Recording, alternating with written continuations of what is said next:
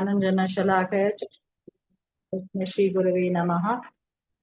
श्रीचैतन्यमनोभीष्टं स्थापितं येन भूतले स्वयं रूप कदा मह्यं ददाति स्वपदान्तिकं वन्देऽहं श्रीगुरुश्रीपदकमलं श्रीगुरून् वैष्णवांश्च श्रीरूपं साग्रजातं सहगण रघुनाथान्वितं तं सजीवं साद्वैतं सावधूतं परिजनसहितं कृष्णचैतन्यदेवं श्रीराधा कृष्णपादान् साधना ललिता श्रीविशाखान्वितांश्च हे कृष्ण करुणा सिन्धु दीनबन्धु जगत्पते गोपीश गोत्कान्त राधाकान्त नमोस्तुते।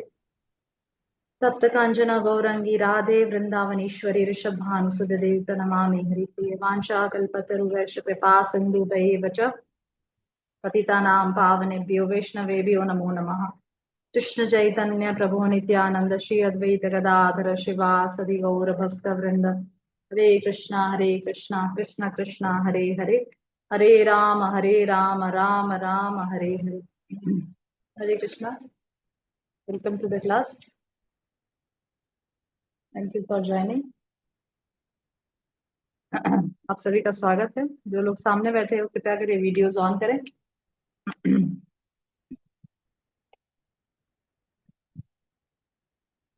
Am I audible clearly? Visible, audible clearly? Yes, Mataji. Yes, Mother.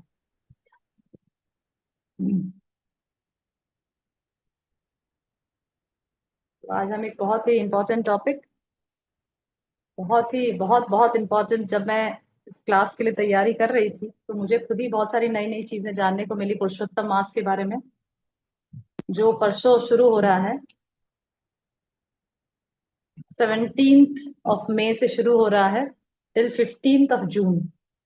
तो ये बहुत ही गोल्डन डायमंड अपॉर्चुनिटी, तो मैं तो बोलूंगी गोल्ड भी नहीं, डायमंड अपॉर्चुनिटी है हम डिवोटीज के लिए। जैसे बोल रहे हैं ना कि जैसे बोलते हैं कि कई बार सेल लगी होती है तो ले लो ले लो ले लो, बटोर लो, जितना लेना है ले लो, दिवाली सेल, दशहरा सेल। उसी प्रकार से भगवान भी अलग अलग समय हमें मौका देते हैं कि जैसे सेल में कम पैसे देकर ज्यादा चीजें मिल जाती है, उसी प्रकार से ऐसे कार्तिक मास, पुरुषोत्तम मास, इस प्रकार के मंत्र देकर भगवान हमें मौका देते हैं कि लेस एफर्ट लगा के हम बहुत सारे स्पिरिचुअल एसेट्स अपने अकाउंट में जमा कर सकते हैं। मतलब बहुत कम ताकत लगा के, कम शक्ति लगा के हम बहुत कुछ अर्जित कर सकते हैं अपने स्पिरिचुअल बैंक बैलेंस में। तो कार्तिक मंथ में जो सभी को, आपको सभी को पता है, जो हर महीना अक्टूबर नवंबर के महीने में आती है कार्तिक महीना, तो बताया जाता है शास्त्र में कि कार्तिक महीना में शास्त्र बताते हैं कि हम कुछ भी आध्यात्मिक चीज करते हैं तो उसका 100 गुना लाभ हमें ज्यादा प्राप्त होता है। परंतु पुरुषोत्तम महीना इससे भी ज्यादा पवित्र महीना माना गया है, और बताते हैं कि अगर पुरुषोत्तम महीना में कोई कोई भी आध्यात्मिक कार्य करते हैं तो उसका 1000 गुना फल कार्तिक मास से भी ज्यादा प्राप्त होता है। इतना इतना प्रेशियस मंथ है ये। एक भी दिन पुरुषोत्तम मंथ का हमें खाली नहीं जाने देना चाहिए। जितना हो सके बटोरना चाहिए, बटोरने का प्रयास करना चाहिए। जितना आध्यात्मिक हम लाभ ले सकें उतना हमें पुरुषोत्तम के महीने में बटोरना चाहिए। पुरुषोत्तम का महीना नाम से ही आप समझ सकते हैं कि भगवान ने इस महीने को अपने नाम से अपना नाम दिया है। सोचिए कितना प्रिय होगा भगवान को ये महीना। इतना प्रिय है भगवान को कि भगवान ने एक ही महीना ऐसा है जिसमें जिसका नाम भगवान के नाम से पुरुषोत्तम, जो सभी पुरुषोत्तम से सभी पुरुषों से में से उत्तम है। He is the supreme person, that is why is called Purushottama. Even Bhagavad Gita में 15वां अध्याय उसका नाम है पुरुषोत्तम योग। हम डिस्कस करेंगे आगे उसकी क्या महिमा है, पुरुषोत्तम के महीने में उस चैप्टर की क्या महिमा है, सब डिस्कस करेंगे। तो कार्तिक का जो महीना है वो श्रीमती राधा रानी के नाम से है, और पुरुषोत्तम का महीना ऐसा है जो स्वयं भगवान कृष्ण के नाम से है। वो इस पुरुषोत्तम के महीने के पीछे क्या कथा है, कैसे ये महीना आया, उसको ना करने से क्या कठिनाई हमारे जीवन में आ सकती है, शास्त्रों में क्या वर्णित है, इस महीने में हमें क्या करना चाहिए क्या नहीं करना चाहिए, ये सभी चीज हम संक्षेप में इस क्लास में डिस्कस करेंगे। इसलिए प्लीज आप ध्यान से सुनिएगा। कई लोग जो काफी सालों से इस्कॉन में वो शायद जानते भी होंगे, फिर भी बार बार सुनना अच्छा है। Repetition makes a man more confident and leads to less errors. तो भगवान ने भी गीता में बहुत बार रिपीटिशंस किए हैं एक ही चीज को, ताकि हमें वह चीज हृदय में बैठ जाए। Yes, this is really a very very precious month coming up. Okay, तो श्रीमद् भागवतम में पहले अध्याय में, श्रीमद् भागवतम के पहले अध्याय में, पहले अध्याय का नाम है श्रीमद् भागवतम का क्वेश्चंस बाय द सेजेस, साधुओं के द्वारा प्रश्न।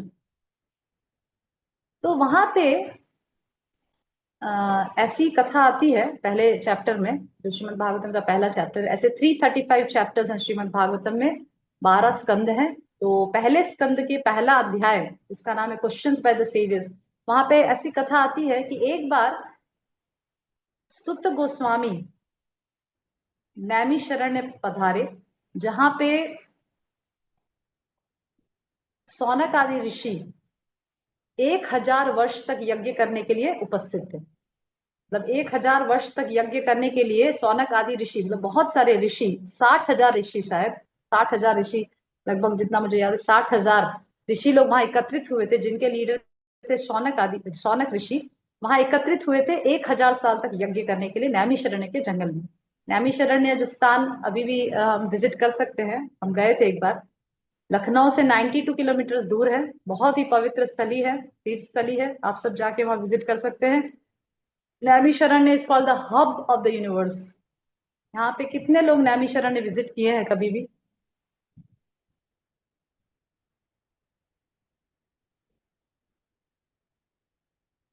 नैमिषारण्य कोई गया है यहाँ पे क्लास में?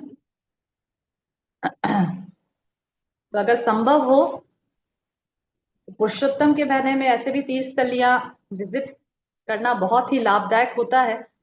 तो अगर आप प्लान बना ही रहे हैं तो नैमिषारण्य का प्लान बनाइएगा। वो लखनऊ पहले आप जा सकते हैं, ट्रेन से लखनऊ जाइए उसके लिए। और लखनऊ से 92 किलोमीटर्स, लोग पहले मेरे पापा लखनऊ में रहते थे, काफी साल लखनऊ में थे, इसीलिए हम लोग वहां से, मैं और मेरे हस्बैंड, हम लोग गाड़ी करके गए थे। 92 kilometre, it's just 1.5 hours, 1.5 or 2 hours from there, पर it's really a worth visiting place. It's, Rameswaram is called the hub of the universe, मतलब पूरे ब्रह्मांड का हब।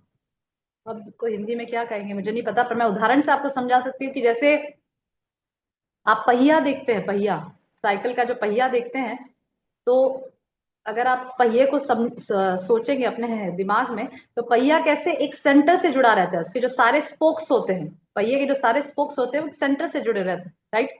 तो ये नैमिषारण्य का जो स्थान है वो इस यूनिवर्स का सेंटर है, जिससे सभी स्थान जुड़े हुए हैं। इसीलिए कोई भी अच्छा कार्य, कोई भी यज्ञ इत्यादि, भगवान का नाम संकीर्तन नैमिषारण्य में करते हैं तो उसका पूरा अच्छा प्रभाव पूरे ब्रह्मांड में पड़ता है।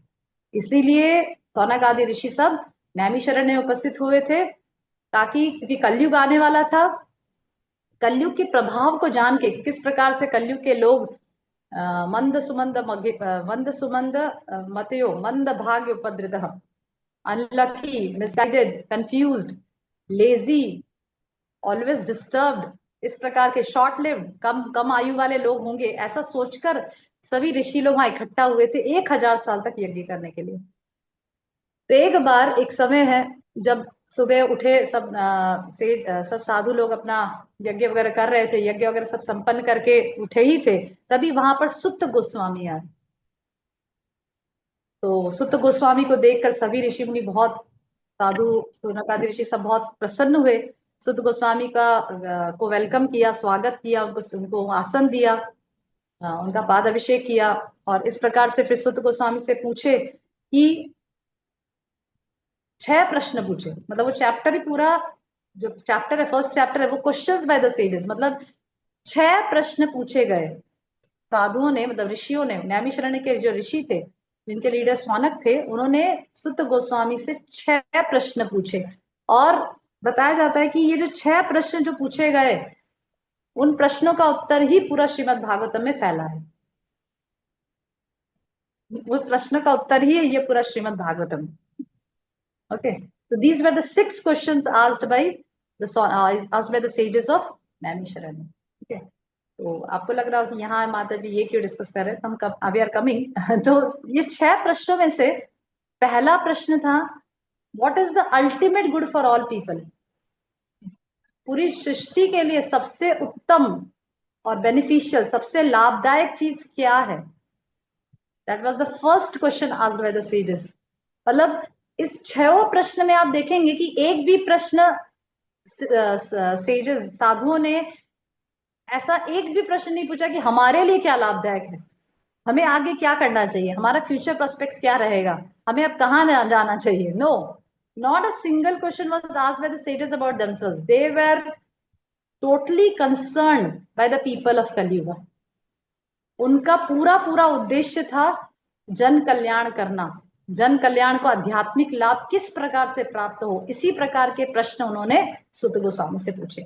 तो इन्हीं 6 प्रश्नों में एक प्रश्न था कि why did Lord Krishna appeared in the womb of Devaki? भगवान क्यों इस भौतिक जगत में आविर्भाव होते हैं, क्यों माता देवकी के गर्भ से प्रकट होते हैं? यह भी इन 6 प्रश्नों में से एक था। तो इन सभी प्रश्नों का उत्तर सुत गोस्वामी 2nd चैप्टर से देने लगे। तो इस प्रश्न का हम ज्यादा अन्य प्रश्नों के डिटेल में नहीं जाएंगे। तो वहां पे सुत गोस्वामी ने बोला, Why did Lord Krishna appear in the womb of Devaki?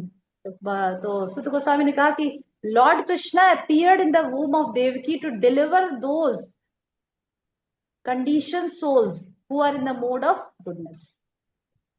भगवान इस भौतिक जगत में ऐसे जीवों का, बद्ध जीवात्माओं का उद्धार करने के लिए, जो सत्व गुण में है, जो भक्ति कर रहे हैं, जो मेरे पास आना चाहते हैं, उनका उद्धार करने के लिए भगवान इस भौतिक जगत में प्रकट होते हैं। ठीक है, तो मैं इस बारे में विचार कर रही थी कि भगवान का इस भौतिक जगत में आने का उद्देश्य क्या है, कि इस भौतिक जगत में जो जीवात्मा, जिनको एटलीस्ट ये भी नहीं पता कि हम इस भौतिक जगत में कष्ट भोग रहे हैं, हम इस भौतिक जगत में बंधे हुए हैं, जो अपने आप को फ्री समझ रहे हैं। After the independence India has got independence, ऐसा समझ रहे हैं कि 1947 में भारत को स्वतंत्रता मिल गई है, पर एक्चुअली किसी भी जीवात्मा को इस भौतिक जगत में स्वतंत्रता प्राप्त नहीं है, क्योंकि सभी लोग इस भौतिक जगत में बंधे हुए हैं। किससे? 3 गुणों से।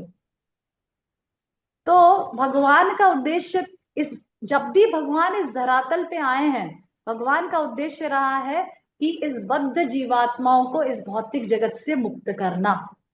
धर्म संस्थापनार्थाय संभवामि युगे युगे, धर्म की स्थापना करना, भक्तों का उद्धार करना, ये भगवान का उद्देश्य है इस भौतिक जगत में आने का।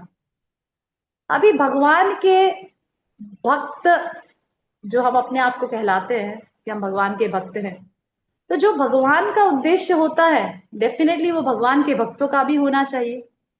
भगवान का उद्देश्य क्या है कि भगवान अनेक प्रकार की लीलाएं इस भौतिक जगत में करते हैं, राइट, ताकि वो इस जीवात्मा जो इस सांसारिक चीजों से अट्रैक्टेड है, राइट। एक बार मैं भगवत गीता में पढ़ रही थी,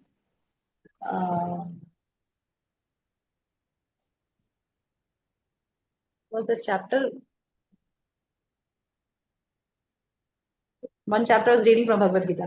तो वहां पे मुझे एक परपट में याद आ गया, प्रभुपाद लिखते हैं कि द बिगेस्ट प्रॉब्लम इज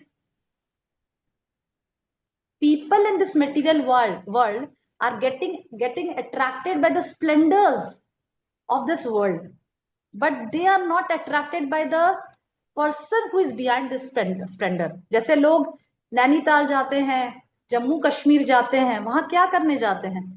इतनी सुंदर है, इतने सुंदर दृश्य देखने के लिए जाते हैं, प्रकृति की सुंदरता देखने के लिए जाते हैं। हिल स्टेशंस में क्यों जाते हैं? ताकि वो बहुत सुंदर है, राइट।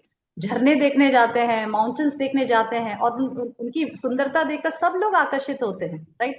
पर प्रॉब्लम यह है कि वो लोग उसी सुंदरता को देखकर आकर्षित होके वहीं उनका चैप्टर क्लोज कर लेते हैं। पर उस दृश्य को बनाने वाला, उस सुंदरता को बनाने के पीछे जो मनुष्य है, जो भगवान है, उसके प्रति वो आकर्षित नहीं हो पाते। वो उसी से आकर्षित होके बस बैठ जाते हैं, that is the biggest problem, right? जब हम भी सभी सुंदर चीजों को अप्रिशिएट कर सकते हैं, इस भौतिक जगत में जितनी भी सुंदरता है, हिमालय माउंटेन है, ओशंस हैं, पहाड़े हैं, झरने हैं, सुंदर सुंदर फूल हैं, पौधे हैं, और कितनी सारी चीजें, फ्रूट्स है, मैंगो का सीजन आ रहा है, मैंगो है, कितनी सारी चीजें प्रकृति ने दी है, राइट? पर इस सब बनाने के पीछे जो भगवान है, राइट, उनकी प्रशंसा करना हम चूक जाते हैं। बस उसी की, मैंगो खाते हैं तो मैंगो कितना टेस्टी है, बस उसी तक हम सीमित हो जाते हैं। पर मैंगो बनाने वाला जो जो मैंगो का क्रिएटर है, जो भगवान है, उसकी प्रशंसा करने में चूक जाते हैं। That is the problem of this material world, right? तो भगवान का उद्देश्य क्या है? कि भगवान इस भौतिक जगत में अवतरित, समय समय पे अवतरित होते हैं, या वो खुद अवतरित होते हैं, या उनके अवतार अलग अलग, लीला अवतार अलग, पुरुष अवतार, अलग अलग अवतारों के द्वारा वो अवतरित होते हैं। कुर्म अवतार, वराह अवतार, नरसिंह अवतार, राम अवतार, ऐसे अलग अलग अवतारों के द्वारा होते हैं, या फिर वो अपने शुद्ध भक्तों को इस भौतिक जगत में भेजते हैं।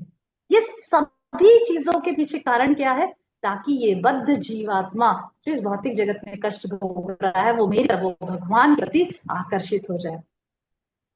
अभी मैं बृहद भागवत अमृता पढ़ रही थी। आपने सुना होगा शायद, मैंने शायद इसके बारे में पहले भी बताया था कुछ।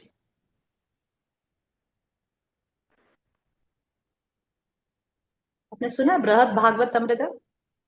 मैं शायद क्लास में पहले भी इसके बारे में थोड़ा बताया था। किसी को पता है इस क्लास में बृहद भागवत अमृता के बारे में? सनातन गोस्वामी के द्वारा रचित। क्लास में माता किसी? जी। यस यस, प्रणाम हाँ। माता जी। हाँ यस, रानी रुक्मिणी देवीदासी माता जी, आपको पता है इसके बारे में?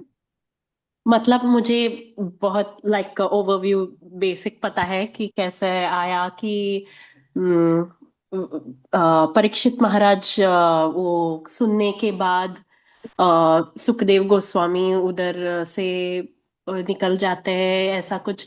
फिर जन्मेजय उनके पुत्र आते हैं उधर, और उनको पूरा भागवत फिर समझाते हैं, क्योंकि वो मिस किए सुनने। तो ऐसे फिर से आई थिंक सुखदेव महाराज या हम्म, व्यासदेव समझाते हैं भागवतम को समरी में। तो वो बृहद भागवतामृत बोलते हैं ना माता जी। मुझे लग रहा है आपके अंडरस्टैंडिंग में थोड़ा सा प्रॉब्लम है। बृहद भागवत अमृता ये नहीं है माता जी। बृहद भागवत अमृता सनातन गोस्वामी के द्वारा रचित पुस्तक है। बृहद भागवत अमृता एक्चुअली है क्या? हम सभी को पता है कि सुखदेव गोस्वामी परीक्षित महाराज को श्रीमद् भागवतम 7 दिन में सुनाते हैं। जब परीक्षित महाराज श्रृंगी के द्वारा शापित होते हैं, और उन्हें शाप मिलता है कि 7 दिन के पश्चात तक्षक आके उन्हें डस जाएगा, और वो मृत्यु को प्राप्त होंगे। तो उसी 7 दिन के दौरान, पूरे 7 दिन 7 रात परीक्षित महाराज सुखदेव गोस्वामी से श्रीमद् भागवतम की कथा सुनते हैं। 7 दिन के पश्चात, that is, what is that तिथि? कौन सी तिथि है वो 7 दिन के पश्चात? मैंने ग्रुप में शेयर भी किया था। हम्म। कौन सी तिथि है वो? वो पूर्णिमा है, क्या बोलते हैं हाँ, यस उसको? Yes yes. कौन सी तिथि थी जब श्रीमद् भागवतम पूर्ण हुआ था, संपूर्ण हुआ, खत्म, समाप्त हुआ था? यस कृष्णांगी, पता है आपको? व्हाट वाज दैट तिथि when Shrimad Bhagavatam was completed? नहीं नहीं, शरद पूर्णिमा नहीं, कार्तिक शरद पूर्णिमा में तो रासलीला। Yes yes, Shivani Madhavi. माता जी भाद्र नाम बोल रही पूर्णिमा। हूँ। हाँ, भाद्र भद्र भाद्र पूर्णिमा, भाद्र पूर्णिमा, जिस दिन श्रीमद् भागवतम गिफ्ट करने का विशेष महत्व बताया गया है। जिस जो भी भद्र। व्यक्ति उस दिन श्रीमद् भागवतम किसी को गिफ्ट, किसको एज अ गिफ्ट देता है, वह भगवत धाम को प्राप्त होता है। स्पेशल स्पेशल उस दिन मर्सी है भगवान की। तो भाद्र पूर्णिमा का वो अवसर था जिस दिन श्रीमद् भागवतम समाप्त हुई थी। सुखदेव गोस्वामी श्रीमद् भागवतम परीक्षित महाराज को सुनाकर उठ के चले गए थे। पर फिर भी कुछ क्षण अभी भी बाकी था कि तक्षक आएगा और परीक्षित महाराज को डसेगा। उसके लिए कुछ समय बाकी था, अभी भी बाकी था। और परीक्षित महाराज पूरी तरह से ध्यान में चले गए थे एकदम। He was totally engrossed in meditation on the supreme personality of God. Shrimad Bhagavatam सुनने के पश्चात वो पूरी तरह से भगवान के ध्यान में चले गए थे। और उसी समय उत्तरा, उनकी माता, दौड़ते दौड़ते अपने बेटे के पास आई। She ran coming towards the son, मतलब उनके बेटे हैं ना परीक्षित महाराज। तो दौड़ते दौड़ते आई और उत्तरा ने कहा कि आपने तो आपको इतना शुभ अवसर प्राप्त हुआ कि आप एक महान भक्त से, सुखदेव गोस्वामी, आपने श्रीमद् भागवतम कथा सुनी, पर मेरा उद्धार कैसे होगा? कृपया करके मुझे भी उसका कुछ सार सुना दीजिए। जाते जाते मुझे भी कुछ सार श्रीमद् भागवतम का सुनाइए। तो वो जो सार जो सुनाया परीक्षित महाराज ने अपनी माता उत्तरा को उस समय कुछ क्षण में, दैट इज कॉल्ड बृहद भागवत अमृत, जिसमें सिर्फ 2400 श्लोक है, ज्यादा बड़ा नहीं है। जहां श्रीमद् भागवतम में 18,000 श्लोक है, वहां पे बृहद भागवतामृत में आई थिंक 2400 या 2500, उससे ज्यादा नहीं। Exactly I will tell in the group कितने श्लोक हैं। इससे ज्यादा 2400 या 2500 से ज्यादा श्लोक नहीं है। बृहद बहुत छोटा है बृहद भागवतामृत श्रीमद् भागवतम के सामने, क्योंकि एसेंस, जो एसेंस है श्रीमद् भागवतम का, क्योंकि समय बहुत सीमित था और परीक्षित महाराज ने अपनी माता को श्रीमद् भागवतम का सार सुना दिया उसी समय, उस क्षण। तो दैट इज कॉल्ड बृहद भागवतम। तो उस बृहद भागवत अमृत, यहाँ पे ऐसी मुझे कुछ याद आया, उस बृहद भागवत अमृत से एक घटना याद आई कि जहाँ पे एक गोप, है ना ऑडिबल क्लियरली, जहाँ पे एक गोप कुमार की कथा आती है बृहद भागवत अमृत में, है ना ऑडिबल क्लियरली ना कृष्णांगी, सुनाई दे रहा है ठीक से? यस माता जी। यस।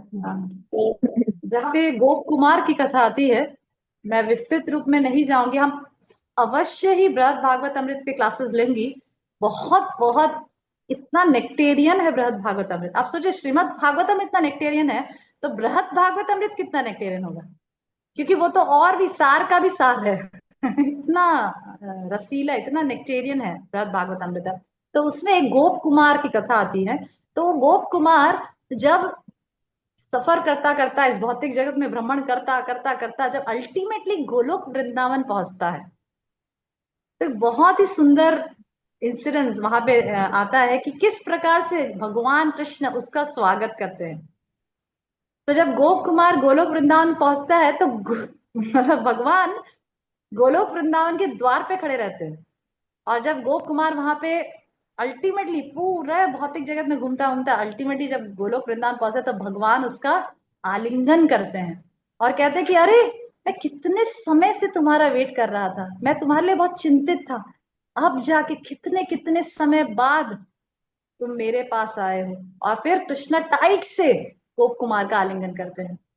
तो वहां पे आचार्य बताते हैं कि भगवान is more thousands of times more anxious to welcome us in Golok Vrindavan।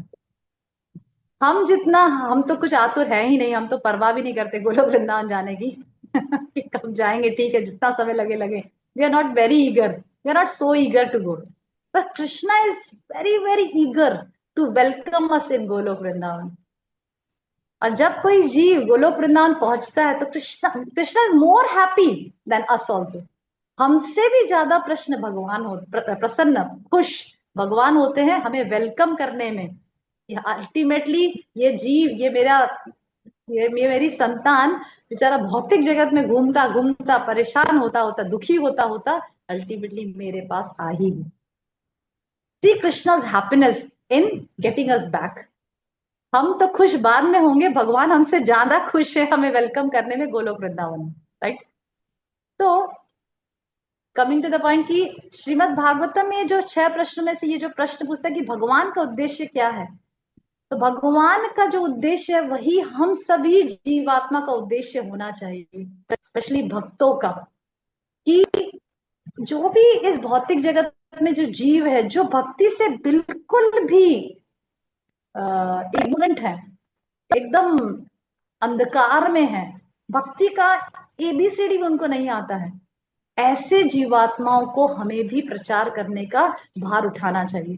चैतन्य चरितामृत में चैतन्य महाप्रभु बहुत बहुत सुंदर श्लोक कहते हैं, मैं कहना चाहूंगी इस क्लास में, और हमें ये श्लोक को अपने हृदय से या फिर कहीं टांग देना चाहिए अपने घर में, मैं सोचती हूँ। चैतन्य महाप्रभु कहते हैं, भारत भूमि पे मनुष्य जन्म यार, जन्म सार्थक करी कर पर उपकार।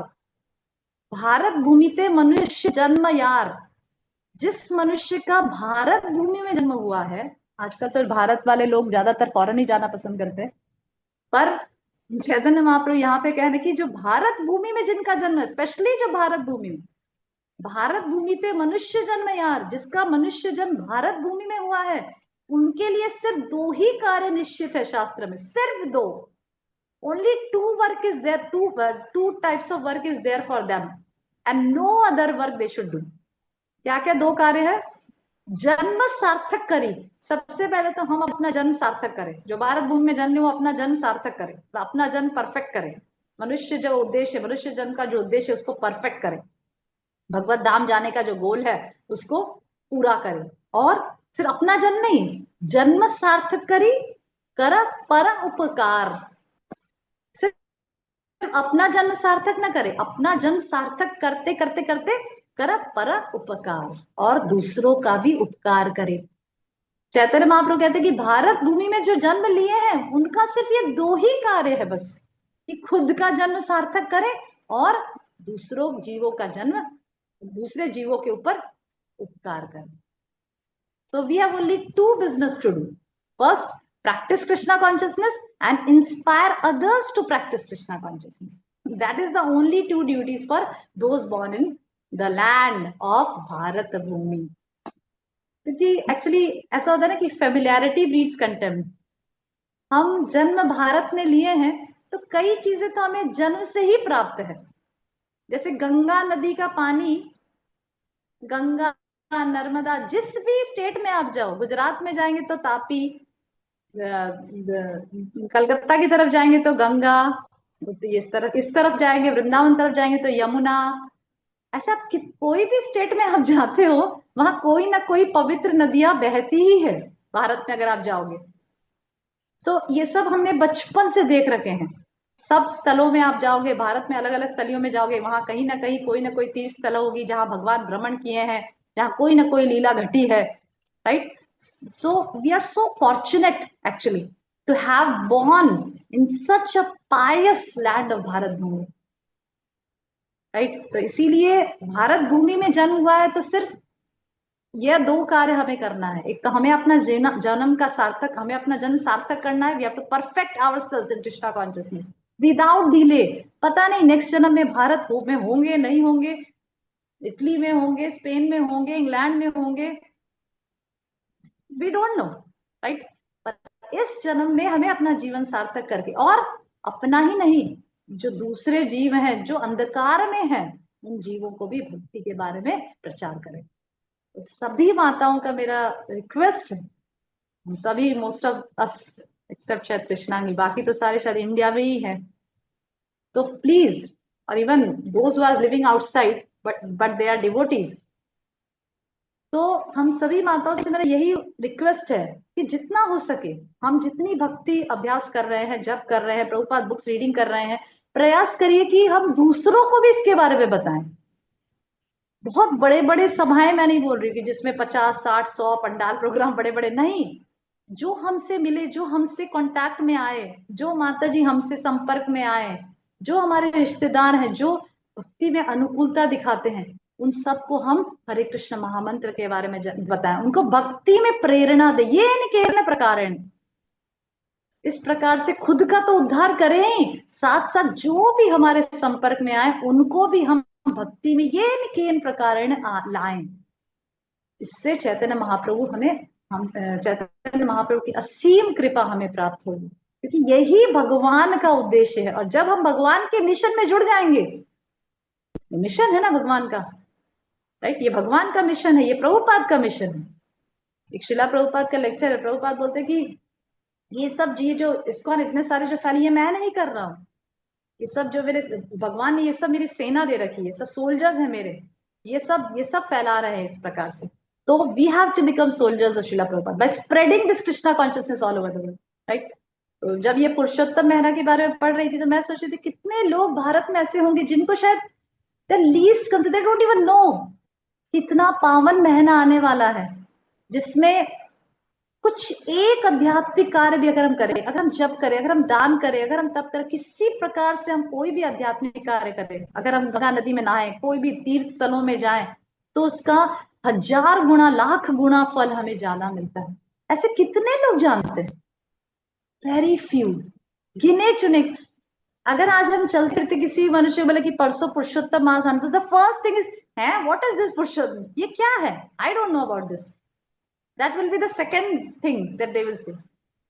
तो इस ये महीना बहुत ही पावन महीना है। हम प्रयास करें कि ज्यादा से ज्यादा लोग जो ज्ञान में है, उनको ये किन प्रकार है इस महीना में कोई आध्यात्मिक कार्य में लाए, उनको मंदिर लेकर आए, उनको दीप दान कराएं। हमें अभी पढ़ेंगे कि हमें इस महीना में क्या क्या करना चाहिए और क्या क्या नहीं करना चाहिए।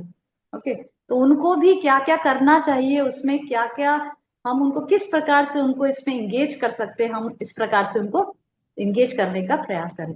ओके, तो कमिंग टू द पुरुषोत्तम मास, तो पुरुषोत्तम मास को अधिक मास और मल मास, ये दो नाम दिया गया है। अधिक मास भी कहा जाता है और मल मास भी कहा जाता है। अधिक मास इसलिए कहा जाता है क्योंकि ये महीना हमारे नॉर्मल जैसे जो 12 महीनों की जो तिथि होती है, every month has a preside, ध्यान सुने, every month has got a presiding deity.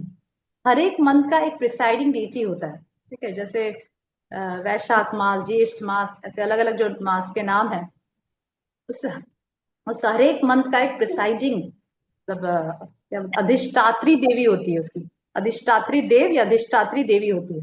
पर ये अधिक मास ऐसा मास है जो अधिक है। ठीक है, अधिक मीन्स जो कैलेंडर में नहीं फिट होता है, it doesn't come in the calendar. There are two types of calendar, solar calendar and lunar calendar. Solar calendar is calculated by the movement of the sun. जो सन की movement से जो calendar होता है उसको बोलते हैं सोलर कैलेंडर। जो हमारा जो कैलेंडर है वो सोलर कैलेंडर, जिसमें 365 डेज होते हैं। ठीक है, I am going little fast, समझ आ रहा है ना, रनिंग आ गई। Yes, Mataji. हाँ जी। तो दो प्रकार के कैलेंडर होते हैं, एक तो सोलर कैलेंडर होते हैं, लूनर कैलेंडर होते हैं। Solar calendar is based on the movement of the sun, lunar calendar is calculated based on the movement of the moon. ठीक है, जैसे एकादशी, द्वादशी, त्रयोदशी, चतुर्दशी, ये सब these are all the tithis of the moon. Moon के हिसाब से ये सब तिथियां है, Purnima, Amavasya, these are all based on the tithis on the movement of the moon, right. पर ये जो हमारा जो कैलेंडर है, जो हमारा जो कैलेंडर हम लोग जो टांगते हैं, this is a solar calendar which has got 365 days. ठीक है, और lunar calendar has got 354 days. Lunar calendar में 354, अगर लूनर कैलेंडर का कैलकुलेशन करेंगे तो 354 डेज होता है, अगर सोलर कैलेंडर का कैलकुलेशन करते हैं तो 365 डेज होता है। ओके, अभी दोनों के बीच में मूवमेंट ऑफ द सन और मूवमेंट ऑफ द मून में 11 दिन का फर्क हर साल रह जाता है। हर साल 11 दिन का फर्क आता है। 365 माइनस 354, तो 11 दिन का फर्क हो रहा है। अभी क्या होता है कि हर एक साल 11-11 दिन का फर्क होता है, तो आफ्टर एवरी 32 months 16 days 8 गाड़ीज बोलते हैं, गाड़ीज मीन्स एक घड़ी मतलब 24 मिनट्स। ये एग्जैक्ट कैलकुलेशन है, एग्जैक्टली जो एस्ट्रोनॉमी जानते हैं, और जो ये सब सैटेलाइट्स मूव, ये सब movements of the sun, movement of the moon को कैलकुलेट करते हैं, वो कैलकुलेट करके बताते हैं कि after every 32 months 16 days 8 ghadis means 1 ghadi is equal to 24 minutes, तो 8 कैलकुलेट कर लीजिए। तो उसके हिसाब से आफ्टर एवरी 32 months 16 days 8 घड़ीज के बाद एक पुरुषोत्तम महीना हमें एड अप होता है। दैट मीन्स कि एवरी 3 years के बाद एक महीना बन जाएगा, क्योंकि 11 एड अप हो जाएगा, राइट। तो ऐसे 11 एड अप हो जाने के बाद एवरी 3 years ये पुरुषोत्तम महीना आता है। It's called extra month, that is called अधिक मास। अधिक मीन्स एक्स्ट्रा, जिसकी कोई मतलब जो जिस मंथ में कोई तिथियां नहीं आती। तिथियां मतलब कोई इस मंथ में कोई ग्रह प्रवेश नहीं होता, कोई शुभ कार्य नहीं किए जाते हैं। कोई भी पंडित के पास आप जाओगे तो बोलेगा कि अच्छा अधिक मास चल रहा है, कोई शादियां नहीं होगी, कोई गृह प्रवेश नहीं होगा, कोई भी संस्कार नहीं करेंगे, ऐसा पंडित लोग कहते हैं। इस तिथि में, पुरुषोत्तम मास में, कर्मकांडी कोई कार्य नहीं होते हैं, कर्मकांडी। ठीक है, अब देखिएगा परसों से शुरू हो रहा है, परसों से लेकर 15 जून तक कोई शादियां नहीं होगी, कोई किसी प्रकार से कोई ऑस्पिशियस जो तिथियां वो नहीं होंगी। ठीक है, इस इसमें because it's Adhik Maas, there is no tithi that comes in this month. Okay, तो so one of the name of Purushottam month is Adhik Maas. क्यों? क्योंकि ये अधिक है, दिस इज एक्स्ट्रा। ठीक है, second is it is also called मल मास। मल मीन्स स्टूल। ठीक है, हम इसकी स्टोरी पढ़ेंगे आगे। इट्स कॉल्ड मल मास। क्यों? क्योंकि अधिक मास होने की वजह से वॉट एवर क्या बोलते हैं, auspicious rituals that can be perform in other months, जो ऑस्पिशियस रिचुअल्स, जो शुभ कार्य जो दूसरे महीनों में हो सकते हैं, वो इस अधिक मास या पुरुषोत्तम मास में नहीं हो सकते। इसीलिए उसका नाम मल मास भी कहा गया है। आप सोच रहे हो कि एक तरफ माता जी आपने बताया कि ये सबसे सबसे सबसे प्रेशियस मंथ है और एक तरफ इसका नाम मल मास भी बताया गया है, तो हम इसके बारे में चर्चा करेंगे। अभी आपसे ये जाने कि इसको क्या क्या कहा जाता है। अधिक मास कहा जाता है और मल मास भी कहा जाता है। ठीक है, क्योंकि इस मास में किसी प्रकार से कोई शुभ कार्य, मतलब और ये सब जैसे मैंने आपको बताया कि शादियां या रिचुअल्स नहीं होते। ठीक है, अभी स्पिरिचुअल एंगल से देखें तो पुरुषोत्तम का महीना अधिक मास है, राइट? It's very true. क्यों? क्योंकि ये हमें अधिक से अधिक आध्यात्मिक लाभ प्रदान करता है। It gives thousands and thousands of times more spiritual benefit as compared to any of the month। सभी महीनों में से कोई भी महीना आप देख लीजिए, सबसे ज्यादा अगर आध्यात्मिक लाभ कोई महीना देता है तो वो है अधिक मास या पुरुषोत्तम मास।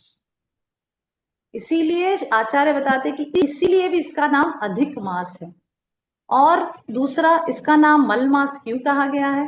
क्योंकि हमारे हृदय में जो मल बैठे हैं, हमारे हृदय में जो इतने प्रकार के मल हैं, काम क्रोध लोभ मोह मद मत्सर, ये सब जो इम्प्यूरिटीज जो बैठे हैं, उन सब का ये पुरुषोत्तम मास मार्जन कर देता है।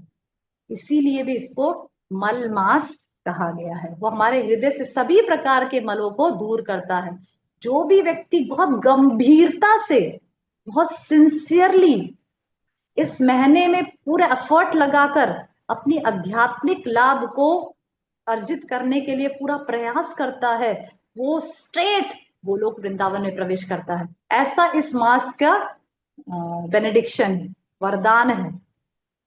ओके, तो this is a very very diamond opportunity to us for this Purushottam month. Okay okay, अभी हम इस ओके तो we know that, we got to know that Purushottam month तो दो प्रकार से कहा जाएगा, अधिक मास और मल मास। ओके, तो हमने इसका सिग्निफिकेंस समझा। अभी पुरुषोत्तम मास के पीछे क्या कथा है? इसकी कथा पद्म पुराण और स्कंद पुराण और अनेक पुराणों में बताई गई है। विशेषकर मैं पद्म पुराण से आपको बताऊंगी। दूसरे स्कंद पुराण में भी दी गई है पुरुषोत्तम मास की महिमा। तो एक बार जब ये जैसे मैंने आपको बताया कि हर एक मास का, हर एक मंथ का की अपनी एक प्रिसाइडिंग डेटी होती है, अधिष्ठात्री देव या देवी होती है। पर क्योंकि ये अधिक मास है तो इसके कोई प्रिसाइडिंग डेटी या प्रिसाइड या अधिष्ठात्री देव नहीं है। तो ये मास जो एक स्त्री के फॉर्म में है, क्योंकि हम जानते हैं कि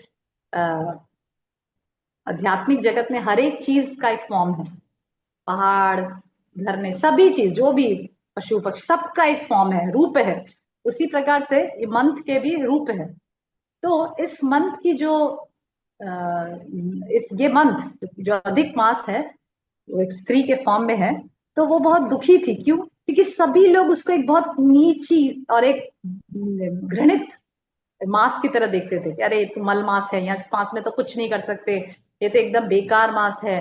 तो ऐसे सुन के वो बार बार, वो जो पुरुषोत्तम मास में जो स्त्री थी, वो बहुत दुखी हो रही थी। तो दुखी होते होते एक बार आ, वो आ, आ, भगवान विष्णु के पास गई। Okay, just I left a few things in the story. इसके ठीक पहले, स्टोरी से ठीक पहले मैं आपको एक बताना भूल गई कि ये स्टोरी सुना कौन रहा है। ये जो स्टोरी पद्म पुराण में सुना कौन रहा है, ये चीज मैं बताना चूक गई। एक बार भगवान कृष्ण पांचों पांडवों से मिलने के लिए जंगल में गए, जब उनका वनवास हो रखा था फ्रॉम द महाभारत। ठीक है? तो जब पांचों पांडव से मिलने के लिए भगवान कृष्ण गए, तो युधिष्ठिर महाराज ने भगवान कृष्ण से पूछा कि ऐसी कौन सा पाप, ऐसी कौन से गलत काम हमने किए हैं जिसकी वजह से हमें ये वनवास भुगतना पड़ा। हम तो हमेशा सदैव आपकी तरफ फेवरेबल रहे हैं, मतलब हमने कभी कुछ गलत काम नहीं किया। हम सदैव सबका भला चाहते थे, भला चाहते हैं, सभी भाइयों का भला चाहते हैं। और सभी हमेशा आपके प्रति हमने हमेशा अच्छा भावना रखा। फिर भी हमें ये वनवास क्यों भुगतना पड़ा, और क्यों द्रौपदी जो इतनी सती सावित्री है, उसे भरी सभा में इस प्रकार से अपमान सहन करना पड़ा। तो इसके पीछे क्या कारण है? तो ये प्रश्न युधिष्ठिर महाराज ने कृष्ण से पूछे। I hope nobody is getting confuse. Everybody is clear what I am saying. कहाँ से स्टोरी स्टार्ट हो रही है ये स्टोरी पुरुषोत्तम मास की? शिवानी, माधुरी, सब कुछ कृष्णांगी, एकदम से केशवी, समझ आ रहा है। गेटिंग माधुरी? स्टोरी कहाँ से, पद्म पुराण में जो स्टोरी पुरुषोत्तम मास की दी है, वो शुरुआत कहाँ से हो रही? शुरुआत यहाँ से हो रही कि भगवान कृष्ण गए पांडवों से मिलने के लिए, और युधिष्ठिर महाराज ने भगवान कृष्ण से पूछा कि ये वनवास का जो कष्ट हमें भुगतना पड़ रहा है, उसके पीछे क्या कारण है, और द्रौपदी जो इतनी सती सावित्री स्त्री है, उसका उसके भरी सभा में अपमान होने का क्या कारण है। तो जब ये सुना, तब भगवान कृष्ण उत्तर देना प्रारंभ किया। ठीक है? अभी उस उत्तर को देने के लिए भगवान कृष्ण पुरुषोत्तम मास के बारे में बताने लगे, क्योंकि there is a secret, there is a story why he is mentioning about Purushottam Maas. अभी मैं आपको धीरे धीरे बताऊंगी। तो भगवान कृष्ण ने ये स्टोरी कहना शुरू की इस स्त्री के बारे में, जो पुरुषोत्तम मास जो स्त्री के रूप में है, वो किस प्रकार से दुखी और रोती रोती भगवान विष्णु के पास गई। और जब भगवान विष्णु के पास गई, और जब उसने कहा कि सभी लोग मुझे एक मल मास की तरह बोलते हैं, सभी लोग कहते हैं कि मेरा मास एकदम बेकार है, इस मास में कोई शुभ कार्य नहीं हो सकते, कुछ अच्छा कुछ नहीं हो सकता, ये एकदम क्या बोलते हैं, it's equivalent to stool, it's equivalent to mal. ठीक है? तो ये सुन सुन के मैं बहुत दुखी हूँ, प्लीज कुछ करिए।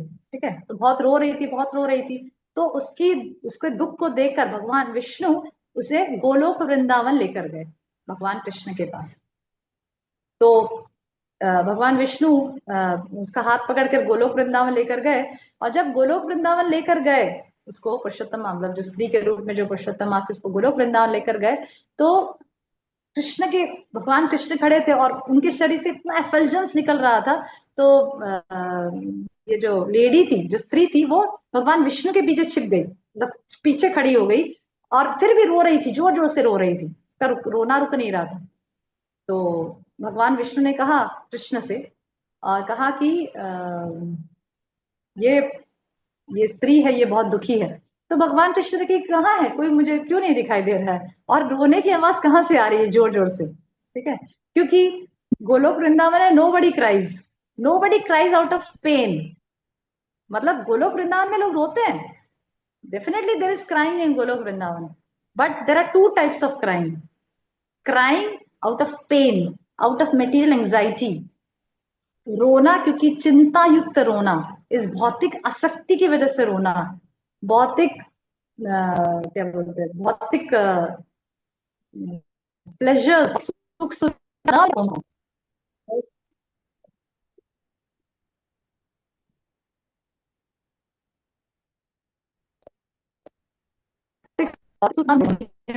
रोना। माता जी आवाज नहीं आ रही है आपकी, क्लियर नहीं आ रही है।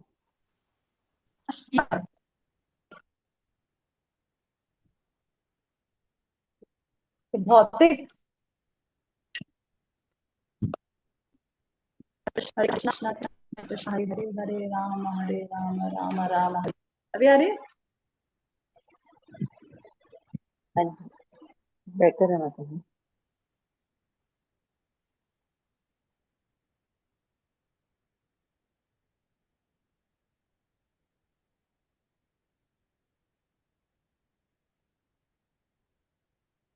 हरे Ram Ram.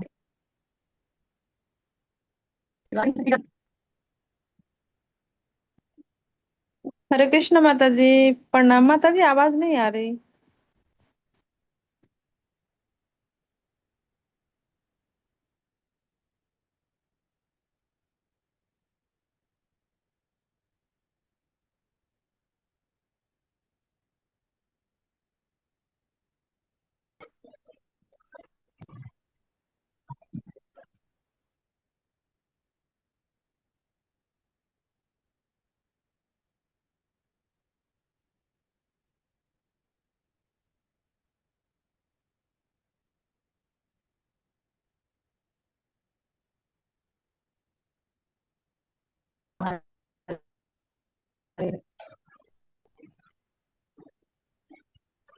Not audible.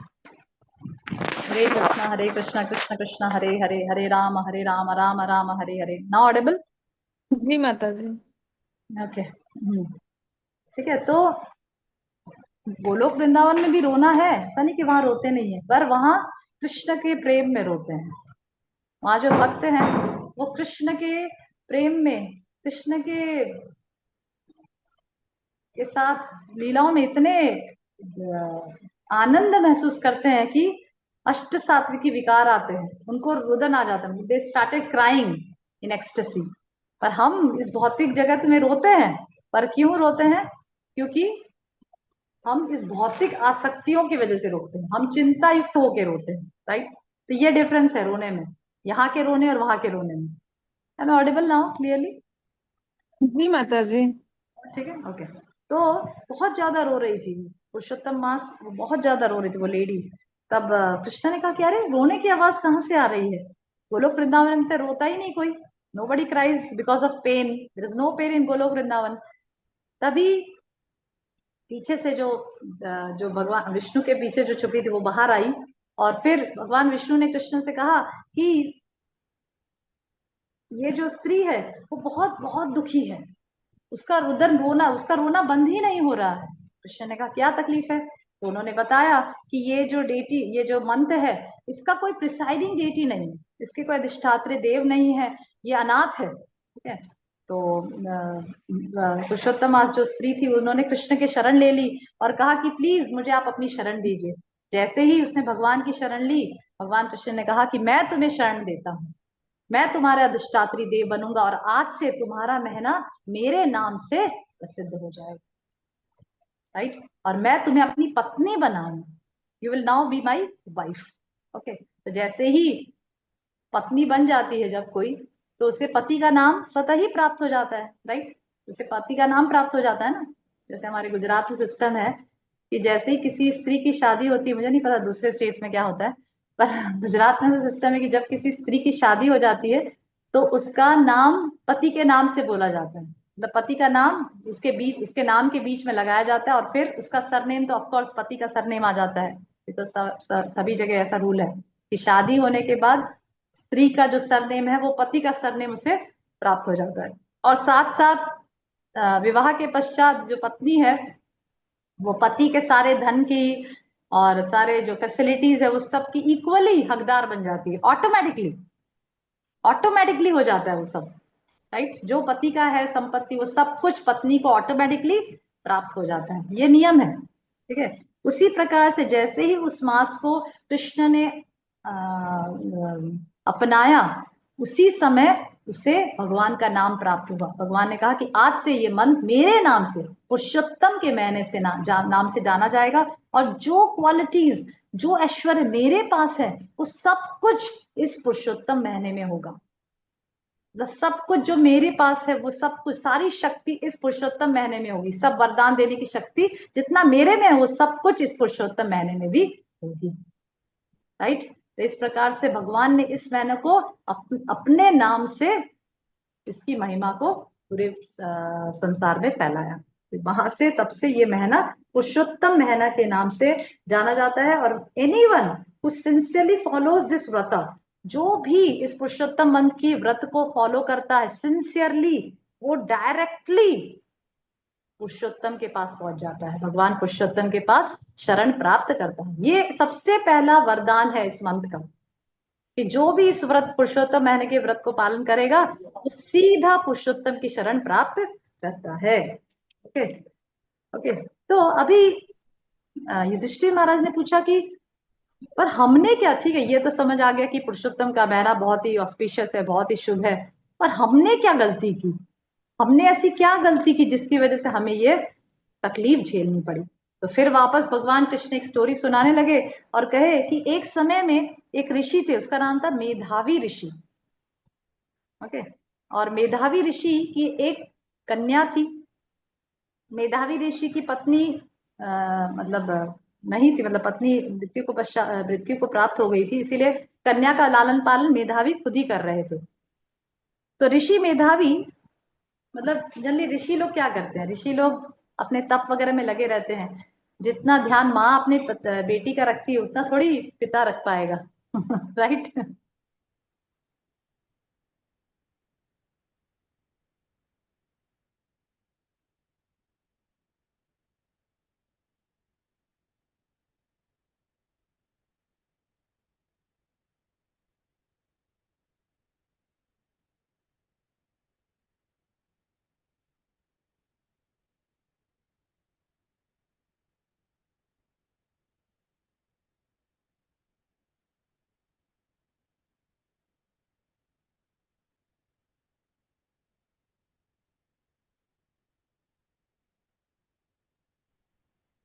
Okay.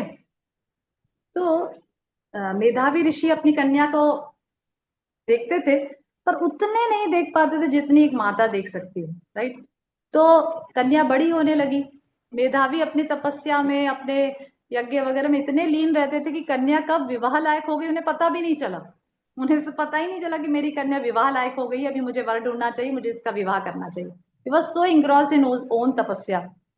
अभी जो कन्या थी वो बेचारी अपनी सखियों को देखती थी, सबका विवाह एक एक करके हो रहा है, सब लोग विवाह करके जा रही हैं, पर मेरे पिता तो इतने तप वगैरह में लगे हैं, यज्ञ में लगे हैं कि ध्यान ही नहीं देते कि मेरा विवाह भी कर देना चाहिए। तो ऐसे सोचते सोचते, ऐसे अपने पिता से कहते कहते कहते काफी समय बीत गया और मेधावी ऋषि भी इस धरातल को छोड़कर चले गए और वो कन्या अकेली रह गई पूरे आश्रम में। नो बड़ी वॉज देयर। अभी वो जो कन्या थी वो बहुत दुखी हुई, बहुत ही शोक पे थी कि अब मेरा क्या होगा, what shell I do now, क्योंकि पिता माता तो चली गई थी, अब पिता भी चले गए, मेधावी ऋषि भी चले गए। तो कुछ समय के पश्चात दुर्वासा मुनि मेधावी ऋषि के बहुत ही घनिष्ठ मित्र थे, वो वहां पे उनसे मिलने के लिए आए। तब जैसे ही दुर्वासा मुनि आए, वो कन्या ने तुरंत दुर्वासा मुनि की शरण ली और सब बातें बताई कि ऐसा ऐसा है, मेरा विवाह भी नहीं हुआ और मेरे पिता चल बसे, मैं बहुत दुखी हूँ, मुझे प्लीज कोई मार्ग बताइए, मेरे कष्ट का कष्ट दूर हो जाए, ऐसा कोई मार्ग बताइए। तो दुर्वासा मुनि ने कहा कि कुछ ही समय में पुरुषोत्तम महीना का व्रत आने वाला है, तुम सिंसियरली, बहुत गंभीरता से, बहुत निष्ठा से इस व्रत का पालन करो, डेफिनेटली भगवान तुम्हारे ऊपर कृपा करेंगे और तुम्हारे कष्टों को दूर करेंगे। जैसे ही उस कन्या ने पुरुषोत्तम व्रत के बारे में सुना, शी डजंट बिलीव इन पुरुषोत्तम मास, उसको बिल्कुल पुरुषोत्तम मास में कोई श्रद्धा नहीं थी। उसने तुरंत कहा कि अरे वह मलमास, जिसे जिसे सभी जो लोग मलमास की तरह कहते हैं, क्या आप मजाक कर रहे हैं, आप मुझे गलत सजेशंस दे रहे हैं, मुझे बिल्कुल भी इसमें श्रद्धा नहीं है, ठीक है, आई डोंट बिलीव इन पुरुषोत्तम मास। ठीक है। तो इस प्रकार से उसने पूरी तरह से पुरुषोत्तम मास की महिमा को रिजेक्ट कर दिया। जैसे ही उसने इस प्रकार से पुरुषोत्तम मास के बारे में गलत कहा और अपना क्या बोलते हैं अविश्वास दिखाया, तो दुर्वासा मुनि बहुत क्रोधित हो गए। पर क्योंकि वो उसके मित्र की, उनके मित्र की कन्या थी, इसीलिए उन्होंने, दुर्वासा मुनि ने उस कन्या को श्राप नहीं दिया, पर ये कहा कि मैं तो तुम्हें श्राप नहीं दे रहा हूं, पर क्योंकि तुमने पुरुषोत्तम मास को इंसल्ट किया है, तुमने पुरुषोत्तम मास की महिमा को अस्वीकार किया, तुमने अविश्वास दिखाया, you are faithless towards the glories of Purushottam month, you will be cursed, तुम्हें श्राप प्राप्त होगा, तुम्हें तुम्हारे जीवन में अमंगल होगा, something inauspicious will happen in your life, ऐसे कहकर दुर्वासा मुनि चले गए। जब इस प्रकार से दुर्वासा मुनि कहकर गए, उससे कुछ ही क्षण बाद उसके आश्रम में सभी अशुभ चीजें होने लगी, और इस प्रकार से अपराध करने की वजह से उस कन्या का पूरा तेज खत्म हो गया, पूरा सौंदर्य खत्म हो गया, और she looks like now she is a cursed lady, एक शापित कन्या की तरह वो दिखाई देने लगी। ठीक है, उसका सब तेज गुण सारा सब कुछ खत्म हो गया, और बहुत बहुत दुखी अवस्था में, ऑलरेडी दुखी थी, बहुत और ज्यादा पुरुषोत्तम मास के को इंसल्ट करने के, अपमान करने की वजह से और ज्यादा उसको सफर करना पड़ा। तो उस कन्या ने बहुत कष्ट में भगवान शिव की आराधना करना शुरू किया। इस प्रकार से भगवान शिव की आराधना 9000 साल तक करते करते, इस प्रकार से भगवान शिव 9000 नहीं, बहुत समय तक किया उसने, एग्जैक्टली वो नहीं बताया। तो भगवान शिव की तपस्या बहुत बहुत समय तक करते करते भगवान शिव को प्रसन्न करने का प्रयास किया, और ऐसे काफी वर्षों तक भगवान शिव की तपस्या की, आग के बीच में बैठकर खूब घोर तपस्या की, पानी के अंदर ठंडी में बैठकर, गर्मी में आग के बीच में बैठकर, और ऐसे एक पैर पे खड़े होकर ऐसे बहुत समय तक ओम नमः शिवाय, बहुत घोर तपस्या शिव जी करी। इस प्रकार से भगवान शिव प्रसन्न हुए, भगवान शिव आशुतोष हैं, प्रसन्न हुए, प्रकट हुए, और पूछे कि कन्या क्या चाहिए, मांगो।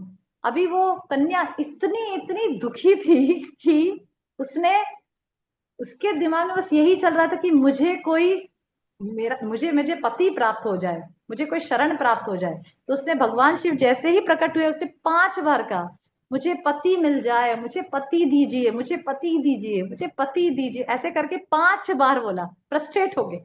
मतलब ऐसा होता है ना कि जब हम फ्रस्ट्रेट हो जाते हैं किसी चीज से, और कोई चीज हमें चाहिए और मिल नहीं रही है, और जब वो सामने आती तो हमें से, प्लीज मुझे ये दे दो, ये दे दो, ये दे दो, राइट।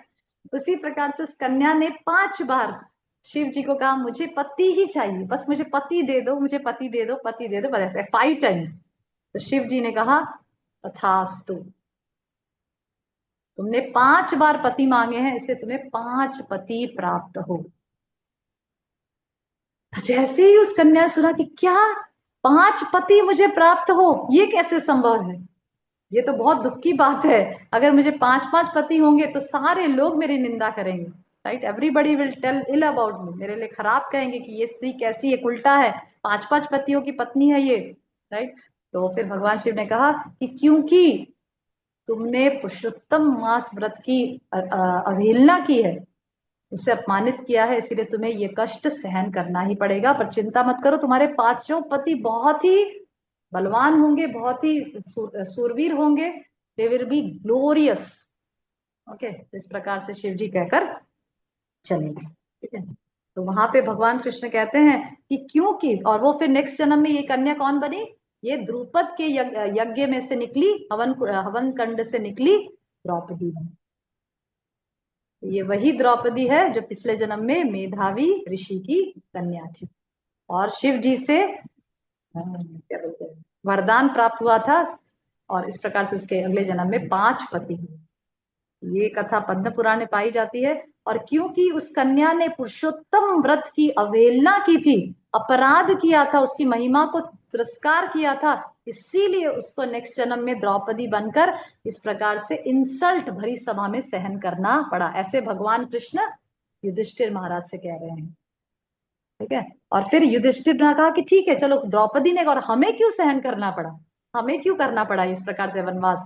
तो भगवान ने कहा कि जब आप लोग अपने महल में रहते थे तो पुरुषोत्तम महीना आया था एक बार, तब आपने पुरुषोत्तम महीना का कभी भी उसको ग्लोरीफाई नहीं किया, उसका गुणगान नहीं किया, उसे मतलब उसको रेस्पेक्ट नहीं दिया, राइट, आया और गया इस प्रकार से, राइट। इसीलिए आपको ये इस प्रकार से कष्ट भुगतना पड़ा, और आपको वनवास का कष्ट सहन करना पड़ा, समझ रहे। तो इस प्रकार से जब पुरुषोत्तम महीना आता है तो हमें बहुत ही सतर्क होकर इस महीना को वेलकम करना चाहिए, उसे रेस्पेक्ट देना चाहिए, उसे उस महीना में विशेष आध्यात्मिक कार्य ज्यादा से ज्यादा करना चाहिए, नहीं तो हमें भी इस प्रकार से कुछ ना कुछ सफर करना पड़ सकता है। ओके, तो इस प्रकार से ये पुरुषोत्तम महीना की महिमा पद्म पुराण में बताई गई है। और ऐसे और भी अनेकों स्टोरीज बताई गई। इवन बताया जाता है कि नरसिंह देव भी जो अवतरित हुए थे वो पुरुषोत्तम के महीना में अवतरित हुए थे, क्योंकि पुरुषोत्तम महीना किसी भी 12 महीना में नहीं गिना जाता है, वो अधिक मास है। इसीलिए बताया जाता है कि नरसिंह देव इस जो काउंटेबल मंथ नहीं, मतलब जो एक ऐसा महीना जो तिथियों में आता हो, ऐसे महीने में नहीं, पुरुषोत्तम के महीने में वो नरसिंह देव अपीयर हुए थे। और इस पुरुषोत्तम में महीने में जो भी इस पुरुषोत्तम मास के व्रत का पालन करता है उसे 100 अश्वमेध यज्ञ का फल प्राप्त होता है। ऐसे और भी बहुत सारी चीजें पद्म पुराण में बताई गई है इस महीना के ग्लोरीज के, बहुत सारी ग्लोरीज बताई गई इस महीना के बारे में। पर एट द सेम टाइम ये भी बताया गया कि जो भी इस महीने को इग्नोर करता है उसे बहुत कष्ट सहन करना पड़ता है, जो अभी अभी हमने सुना। ओके, अभी हम कमिंग टू द पॉइंट, हमने डिस्कस कर लिया हिस्ट्री ऑफ पुरुषोत्तम मंथ, ये कैसे पुरुषोत्तम मंथ आया, इसके पीछे स्टोरी क्या है। अभी now we will discuss what to do and what not to do in Purushottam month. हमें डिस्कस करेंगे हमें क्या करना चाहिए और क्या नहीं करना चाहिए इस पुरुषोत्तम महीने में। सबसे पहले तो इस पुरुषोत्तम पहना हमें बहुत ही सहानुभूति करना चाहिए। माता जी, आपकी आवाज टूट ठीक है? रही है। ओके, तो पुरुषोत्तम का महीना में परसों से शुरुआत हो रही है, तो we should be very enthusiastic. सबसे पहले द फर्स्ट थिंग इज उत्साहन निश्चया धैर्य। We should have the lots of enthusiasm to do something more, adding something to our spiritual practice. हम जो भी स्पिरिचुअल प्रैक्टिस कर रहे हैं उसमें हम ऐड करेंगे ज्यादा से ज्यादा, इस पुरुषोत्तम महीने में कुछ कुछ नया करेंगे। जब करते हैं तो ज्यादा माला करेंगे, ये ऐड करेंगे, पढ़ते हैं आधा घंटा तो ज्यादा पढ़ेंगे। इस प्रकार से first and foremost in this Purushottam month is our enthusiasm to do something extra in Purushottam month. Okay, first is okay. So what to do? The first thing is to chant extra rounds.